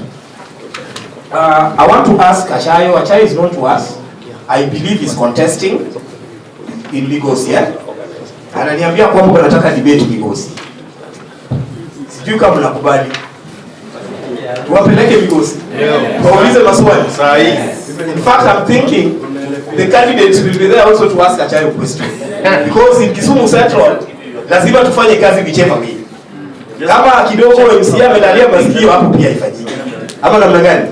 So Achayo, kindly, in your wisdom, kindly take some 1.5 minutes, just to tell us something and maybe a comment or something you can tell the candidate.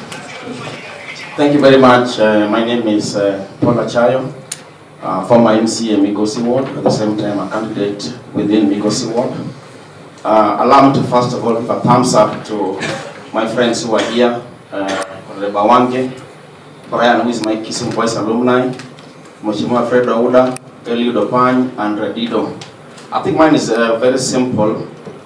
Even as you will get time to speak about, to ask us for our votes, just allow me to throw a challenge to you guys. In this nation, we have a lot of issues which affect development in Kenya. One, and this goes to Mr. Awange, inequality. So as you get time even to respond to, asking us about our votes, kindly address the issue of inequality. Once elected to Parliament, how will you mitigate on this? And then number two, to Brian, the issue of weak private sector investment. How will you mitigate this? Number three, to my friend Mheshimiwa Ouda, the issue of insecurity within our constituency. And then to Eliud Opany, the issue of transparency and accountability. And then lastly, to my friend Redido, can you talk about climate change? Those are my issues. Otherwise, I want to wish you the very best of luck. I am a voter within Migosi Ward. I have one single vote, which at the end of this meeting, I am going to choose somebody that I will vote for. Otherwise, I want to wish all of you guys all the best on the 9th of August 2022. My residents who are here, you've heard from your leaders, kindly choose wisely so that you don't regret after the 9th of August 2022. May the Lord sincerely bless all of you. Asanteni sana. Fair enough. Tunaleta debate because yaki ya Mungu. Now, tunataka kuomba kura and you have specifics to respond. An objection, please. Sorry? An objection. Please. Yes, go ahead. I've heard Mr. Chayo, and in fact, I've just heard Mr. Chayo talk about what we talk about once we are asking for votes. I think if I'm getting it well enough, you have told us very well that at the last minute, you give us 1 minute to talk about what we want. Yes. I don't think it is fair enough for him as a candidate to come and pose for us questions on what we need to do during this. I think Kacha is contesting for an MC. I know that. I know that. Okay. And I know his affiliation very well. Okay. Why should you give me climate change? They tell you that climate change. All right. Okay, let's do this. Excuse me. Okay. Let's have some order here. I hear your concern. Just a minute. Excuse me. I want us to have one meeting. One meeting, please. One meeting. Tumeelewana? Any candidate here, nobody is forcing you to respond to any question. And I want to put this live. Do not judge Victor because he did not respond. These are just opinions. And by the way, whatever has been said here, personally, I'm not taking responsibility. Easily vitu zetu sisi tumefanya nini? Tumesema. Just like there was a colleague who asked, kuna swali haikufanywa nini? Maybe hatukukuwa na nini? Na jibu. So, and I like the last bit he has said, that now vote what? Wisely. Because you can try answering what you don't understand, na unaribu sana. Si ni ukweli? So please, candidates, I want to request you, do not push yourselves to the wall in what you cannot respond. Maswali zilifanya nini? Ziliisha. So those are just opinions that China was giving as personal, and he decided to give a vote of thanks that week. Are we together? So I want to get that time. Yeah, Samuel Wanguman is my name. Mwalimu Wanguman Zadonovich Wange. I'm committed to this. I'm aware that Kisumu Central is a melting pot of various cultures. There are all types of clans in Kisumu Central, and even the diaspora are here. There are all types of tribes in Kisumu Central. Wako wa Somali, wa Kalenjin, wa Kikuyu, wa Hindi. There are all types of religion. There are Hindus, Islam, atheists, all types. That is why if there is a constituency that needs peace more than any other, it is Kisumu Central. And I only need 5 years of one term to achieve what has not been achieved by my predecessors. This is achievable. In Kisumu Central, unafanya miaka 5, unaishia. And this time our commitment again, it will be a tragedy kama chama imeingia na Raila Amolo ameanguka. Wacha Raila ingie chama hii. Asante. Thank you, but I want to kindly just commit that you will promote peaceful coexistence before, during, and after election. I will promote peaceful coexistence, and I like what you have done. What have been said here, my colleagues, I'm going to include some of your good points upon winning, and I want you to accept defeat after I've defeated you in 9 months. Thank you, Brian. Let's go ahead. Tupige makofi jamani. Brian, please. Thank you very much, everybody. Thank you, Bwana George, and the USA, and all the stakeholders involved in organizing this forum. Asanteni sana. Mimi naitwa Brian Ucheng Lihanda. I am born in Manyata, Gonda. I hail from Kenyala, but I'm born in Manyata, Gonda. I have the issues of this city at heart. All these challenges that my worthy competitors are talking about are challenges I've lived through. The challenges of bursary, the challenges of unemployment. These are things that exist within my family as we speak. My motivations to run for this seat is to see good representation, accessible leadership for our people. If you elect me on the 9th of August, you will be electing not only me, but yourself as well on that day. The issues of education, the issues of unemployment, the issues of misrepresentation will be dealt with because I will be accessible. If you don't find me at my office in the various places that we will build, my mother and my father are still living in Manana. You can go anytime and have tea and present your issues. If you elect me on the 9th of August, which I believe you will under the Azimio la Umoja movement, headed by the incoming President Raila Amolo Odinga, we are going to work for you. The presidency is coming to our region by God's grace, and we can see miracles working. Elect a leader that is light on his feet and smart in his brain to take your issues to the incoming president as a servant of the people and in good way. And that person sitting here today is Brian Lihanda, Mawod Game, Mawod Manyata. And thank you very much. I look forward to your support. Thank you so much. As you conclude, kindly commit again to promote peaceful coexistence before, during, and after election 2022. As Ida mentioned in my vote of thanks, and I want to reiterate again, I am committed to peaceful coexistence of everyone in Kisumu. I am committed to promoting peaceful electioneering and campaigning period because I have been a victim of bad politics in this town. Our youth have been killed here in these roads in Kodele, in Manata, where I come from. We buried a lot of youth because of politics. I am at the forefront of discouraging violence among young people and using their poverty against them through 50 shillings and 100 shillings and changa and all that. I will uphold peaceful elections and we will support our people to progress. Thank you so much. Tupige makofi. Mheshimiwa Uda. First of all, amongst all my equals and friends and colleagues who are running for this seat, I think I'm the only candidate. Who has been talking about what he has done. I am tried and tested against all odds, against all thoughts, against all,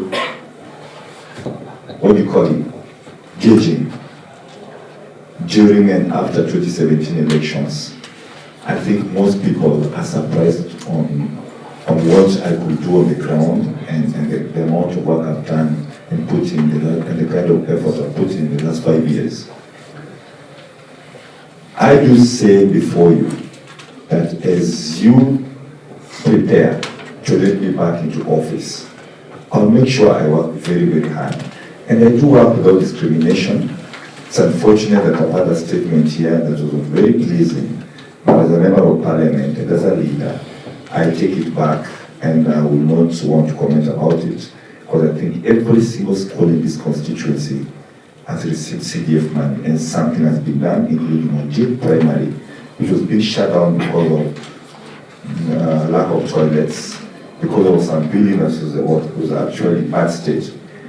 prepared and we now have good toilets. And you have said you are coming back to do more. We could not do everything in the first 5 years. So I'm asking you humbly, as a member of parliament. Hii katiba at Kisumu Central, mtu aidi mara mbili, hii katiba sijui iliandikwa wapi. Because I think a member of parliament should live not for a term or two, for 2 terms or 3 terms. But hii nasikia kwa panelist hapa ati hakuna kufanya mara mbili. Hii katiba mimi sijui jamani. Na nimekuwa nikifanya kazi kwa bidii nichague tena. Na naomba tafadhali kwa unyenyekevu, kwa huruma. Yale yamefanyika vibaya tutacorrect. Yale yamefanyika vizuri tunashukuru Mungu. Na naomba nikiwa kwa magoti tafadhali mturudishe tena kwa ofisi tufanye yale ambayo tukufanya. Kwa wenzangu ambao wanasimama na mimi, I can give my assurance I'll be consulting you from time to time. When if you'll be mentalized, I'll come. I'm very sure. Wherever you be rest assured I'll be consulting. Because these are very sharp brains that I need to put in office and make sure tunafanya kazi vizuri. Sio ya mwisho.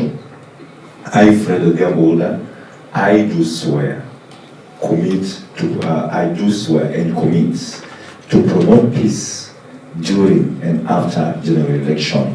Na Mungu atusaidie sote na namwombea Raila Amolo Odinga kura awe rais wa 5 ya Jamhuri ya Kenya. Mungu awabariki, awalinde. Tafadhali makofi kwa Kiswahili yangu. Thank you, tupige makofi tena leo. All right. Honorable Eli. Thank you. To my good friend Wangman, my good friend Mheshimiwa Brian, good friend Mheshimiwa Oda mwenyewe, my good friend Sibul Radido. Like I said, it is true. Our people suffer. It is very true. So all having been said and done, I think it is only fair to address, as I started by saying, for how long must our people suffer? And to all of us, no one else but us will change our problems. No one else, no one will come from wherever and change our problems but us. It will take one man to stand, then 100, probably 1,000, 10, 20, 40, 50,000 to do it. Be on the right side of things. Politics is not a story. To me, it is health. Politics is hospitals. The roads we are talking about. Where are your interests? And what is the security to that your interests? And vote for that. That is a point that it comes to now, the personalities and the kind of leaders you send to office. It may look small, but I can tell you for a period of 3 months, your vote, if you put it the wrong side, for whatever reason, it will be responsible for those who die by insecurities. You shall have committed murder unawares. It shall be responsible for the lack of medicines in our hospitals. It shall be responsible for poor services when you go to Huduma, wherever it is. Now, as a person and a believer of God, I humbly come before you and I say, I've taken that bold step to stand up, irrespective of the kind of competitors I'm having. For every Goliath, there is a David. For every Herod, there is a Jesus. For every Pharaoh, there is a Moses. Whatever it takes. For those who believe like me, this is the moment to stand up. Prove to people there is a God. For how many will be inspired by this testimony. I'm not the kind of character that sits back and watch bad happening. I respect, I agree, some things have been done, much has been done, but I say it is not enough. For that reason, I will stand up, even if I'm going to go all alone. Enough is enough, and may God bless us. Thank you. With that, kindly commit again towards peaceful coexistence. I surely commit to peaceful coexistence. I commit to peaceful campaigns and peaceful engagements before, during elections, and thereafter. God bless us all. Thank you so much. Yes, Honorable Victor, please go ahead. Thank you so much. Allow me first and foremost to clarify the issue of my objection on the issue of climate change. It's a wide topic that you cannot be bombarded in a hall to speak about it. So I decline with a lot of humility. So please understand that. Thank you, Honorable Achayo. Secondly, I know we have been electing politicians. Radido is coming in as a leader who is not driven by delusions of grandeur and assumed form of megalomania. I'll be directing my leadership to the people who have expectations, who believe that they need a change in Kisumu Central. I must appreciate all the candidates seated besides me for engaging very constructively and discussing issues and even criticizing each other in a respectful manner. That is the kind of leadership we need as a team of Kisumu Central. Today, we are all here being subjected to this debate. Tomorrow, which is August 9th, one of us will emerge victorious. It is within our interest to support whoever emerges victorious for purposes of developing Kisumu and moving forward. We are all aware that in 2007, Kisumu was affected by mild violence, a lot of issues that made people got displaced. It is time to say no and say Pangoni peace wherever we are, so that we don't use our youths to fight amongst each other. I know there are some of us here who could be having advantage of money. Let's not use that money to buy votes. Let votes and voters choose us wisely, because within 5 years we will be able to stand with whoever you elected. Whether he's a bad person, he's a good person, we must stand with him. Finally, I want to ask you to please consider me. Victor Radido, Siburi Jageto, is also called commissioner. But in the ballot, my name is Victor Radido. I'm an independent candidate, and I also have my own symbol, which is a tree that is growing, meaning that I'm bringing a new dawn in Kisumu Central. I want to pray that as we go forward, let's also advocate for our people to come out in large numbers and support the coming in of Baba the Fifth, because we've been electing and seeing a number of governors, senators, MPs, and MCAs. We have never seen presidency. Let's even shelve our ambition for now, but ensure Raila Amolo Odinga becomes the 5th president, so that ours becomes secondary. I therefore beseech all of you to come out in large numbers to elect Raila and elect Radido. Within 100 days, as it has been said in the office, you will see a different leadership in Kisumu Central. And I can assure you, I know where there are gaps, and I must be able to close these gaps. It is going to happen, and if it doesn't happen for me, I pray that whoever comes in should actually do the same. Now, as I commit, I know next to me, we have a nurse. Next to the nurse, we have Mheshimiwa, who is an accountant. And next to Mheshimiwa, we also have our businessman who are still in Netherlands, Bwana Eliud, and at the last end, I think we have Brian, we have Mwalimu. Looking at this team, and I've seen that kind of a constructive and active engagement, I can assure you that when I get in, I know and get an opportunity for each of them within my, without much ado, I therefore wish to commit myself that during, now, and after election, I will ensure that I conduct my campaigns in a peaceful manner, in a very good way. We shall engage in a very right way with a lot of decorum. And I pray and I ask these candidates that if time allows, let us not wait just to be called by these people. We can even sit down amongst ourselves and talk with a view of helping Kisumu after the August elections. May God bless you all, and may God take care of you. Asante. Thank you so much. Just 1 minute. Just 1 minute. Now, let me tell you something which is very interesting, and I know many of you might be surprised. The candidates you see here worked hard to ensure each of them came.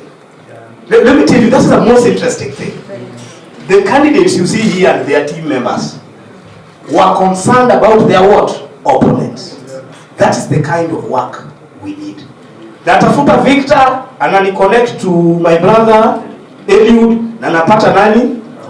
And Brian is asking me, George, why don't we sit down as a team and have a conversation about Kisumu what? Central. Now Mheshimiwa Huda, until yesterday, he was also concerned how leaders can do what? Come together. Don't you think that is a good thing? Hebu tuwapigie makofi. So what that means is that we consulted. And hata hii time ya asubuhi ilikuwa ni kwa sababu they have to go and do what? Campaign. So everyone, hata picha za mheshimiwa yule mwingine tuliambiwa ni nani wa kutafuta. Are you getting the point? So we had all this conversation, and I think that is how leaders work. Where una ambition yako na unasema hapana, we are Kisumu and Kisumu is us. Are we together? So in the meantime, allow me also to have an opportunity to sit next to this gentleman. And now we will sing the last stanza of the national anthem in Kiswahili. Then tutakubaliana waheshimiwa wapite hapa. Are we together? Then I know there are people who are invited by team, by akina Mariam, nyinyi mtabaki nyuma kidogo. Are we together? Na tuendelee kutafuta kura. Tutafutie wenzetu kura na pia tuhamasishe wengine na kura iende sawa sawa. Are we together? From where I see it, waheshimiwa, our work is very clear. Partner with us. Many people have partnered with us, and our work is just to promote agenda. If Mheshimiwa would want somebody to do research, you want somebody, Victor wants research, ni kukaa chini, so that we join hands together and see how this town can move to what? To the next level. Sasa, so I want to request us to stand, please. Maybe George, as I have three. Could be, you still have yours? Or you still have that? All right. Okay. So PD, utatusaidia tukimaliza. All right. Na tujenge taifa letu, ndio wajibu wetu. Kenya istahili heshima, tuungane mikono pamoja kazini, kila siku tuwe na shukrani. And let's clap for ourselves. Tunaweza gota, hivyo tukienda, tafadhali gotea mwenzako. Kisumu ni yetu, big time. Victor, fiti. Thank you guys for coming. So allow me to let waheshimiwa wapite hapo. Thank you.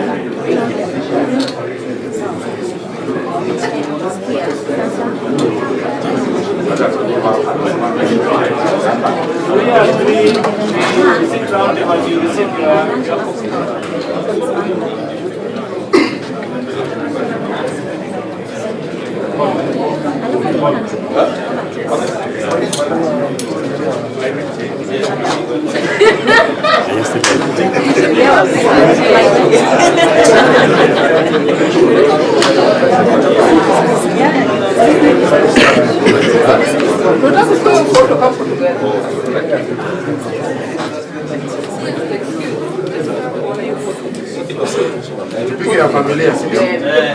Picha ya familia.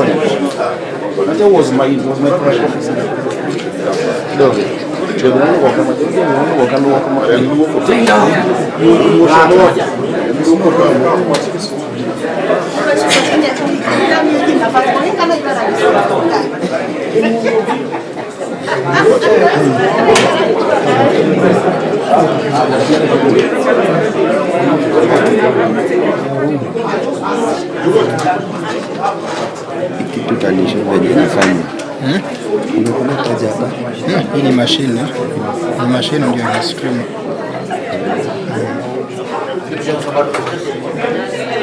Hata mara au sababu huyu ndio watu wa kitu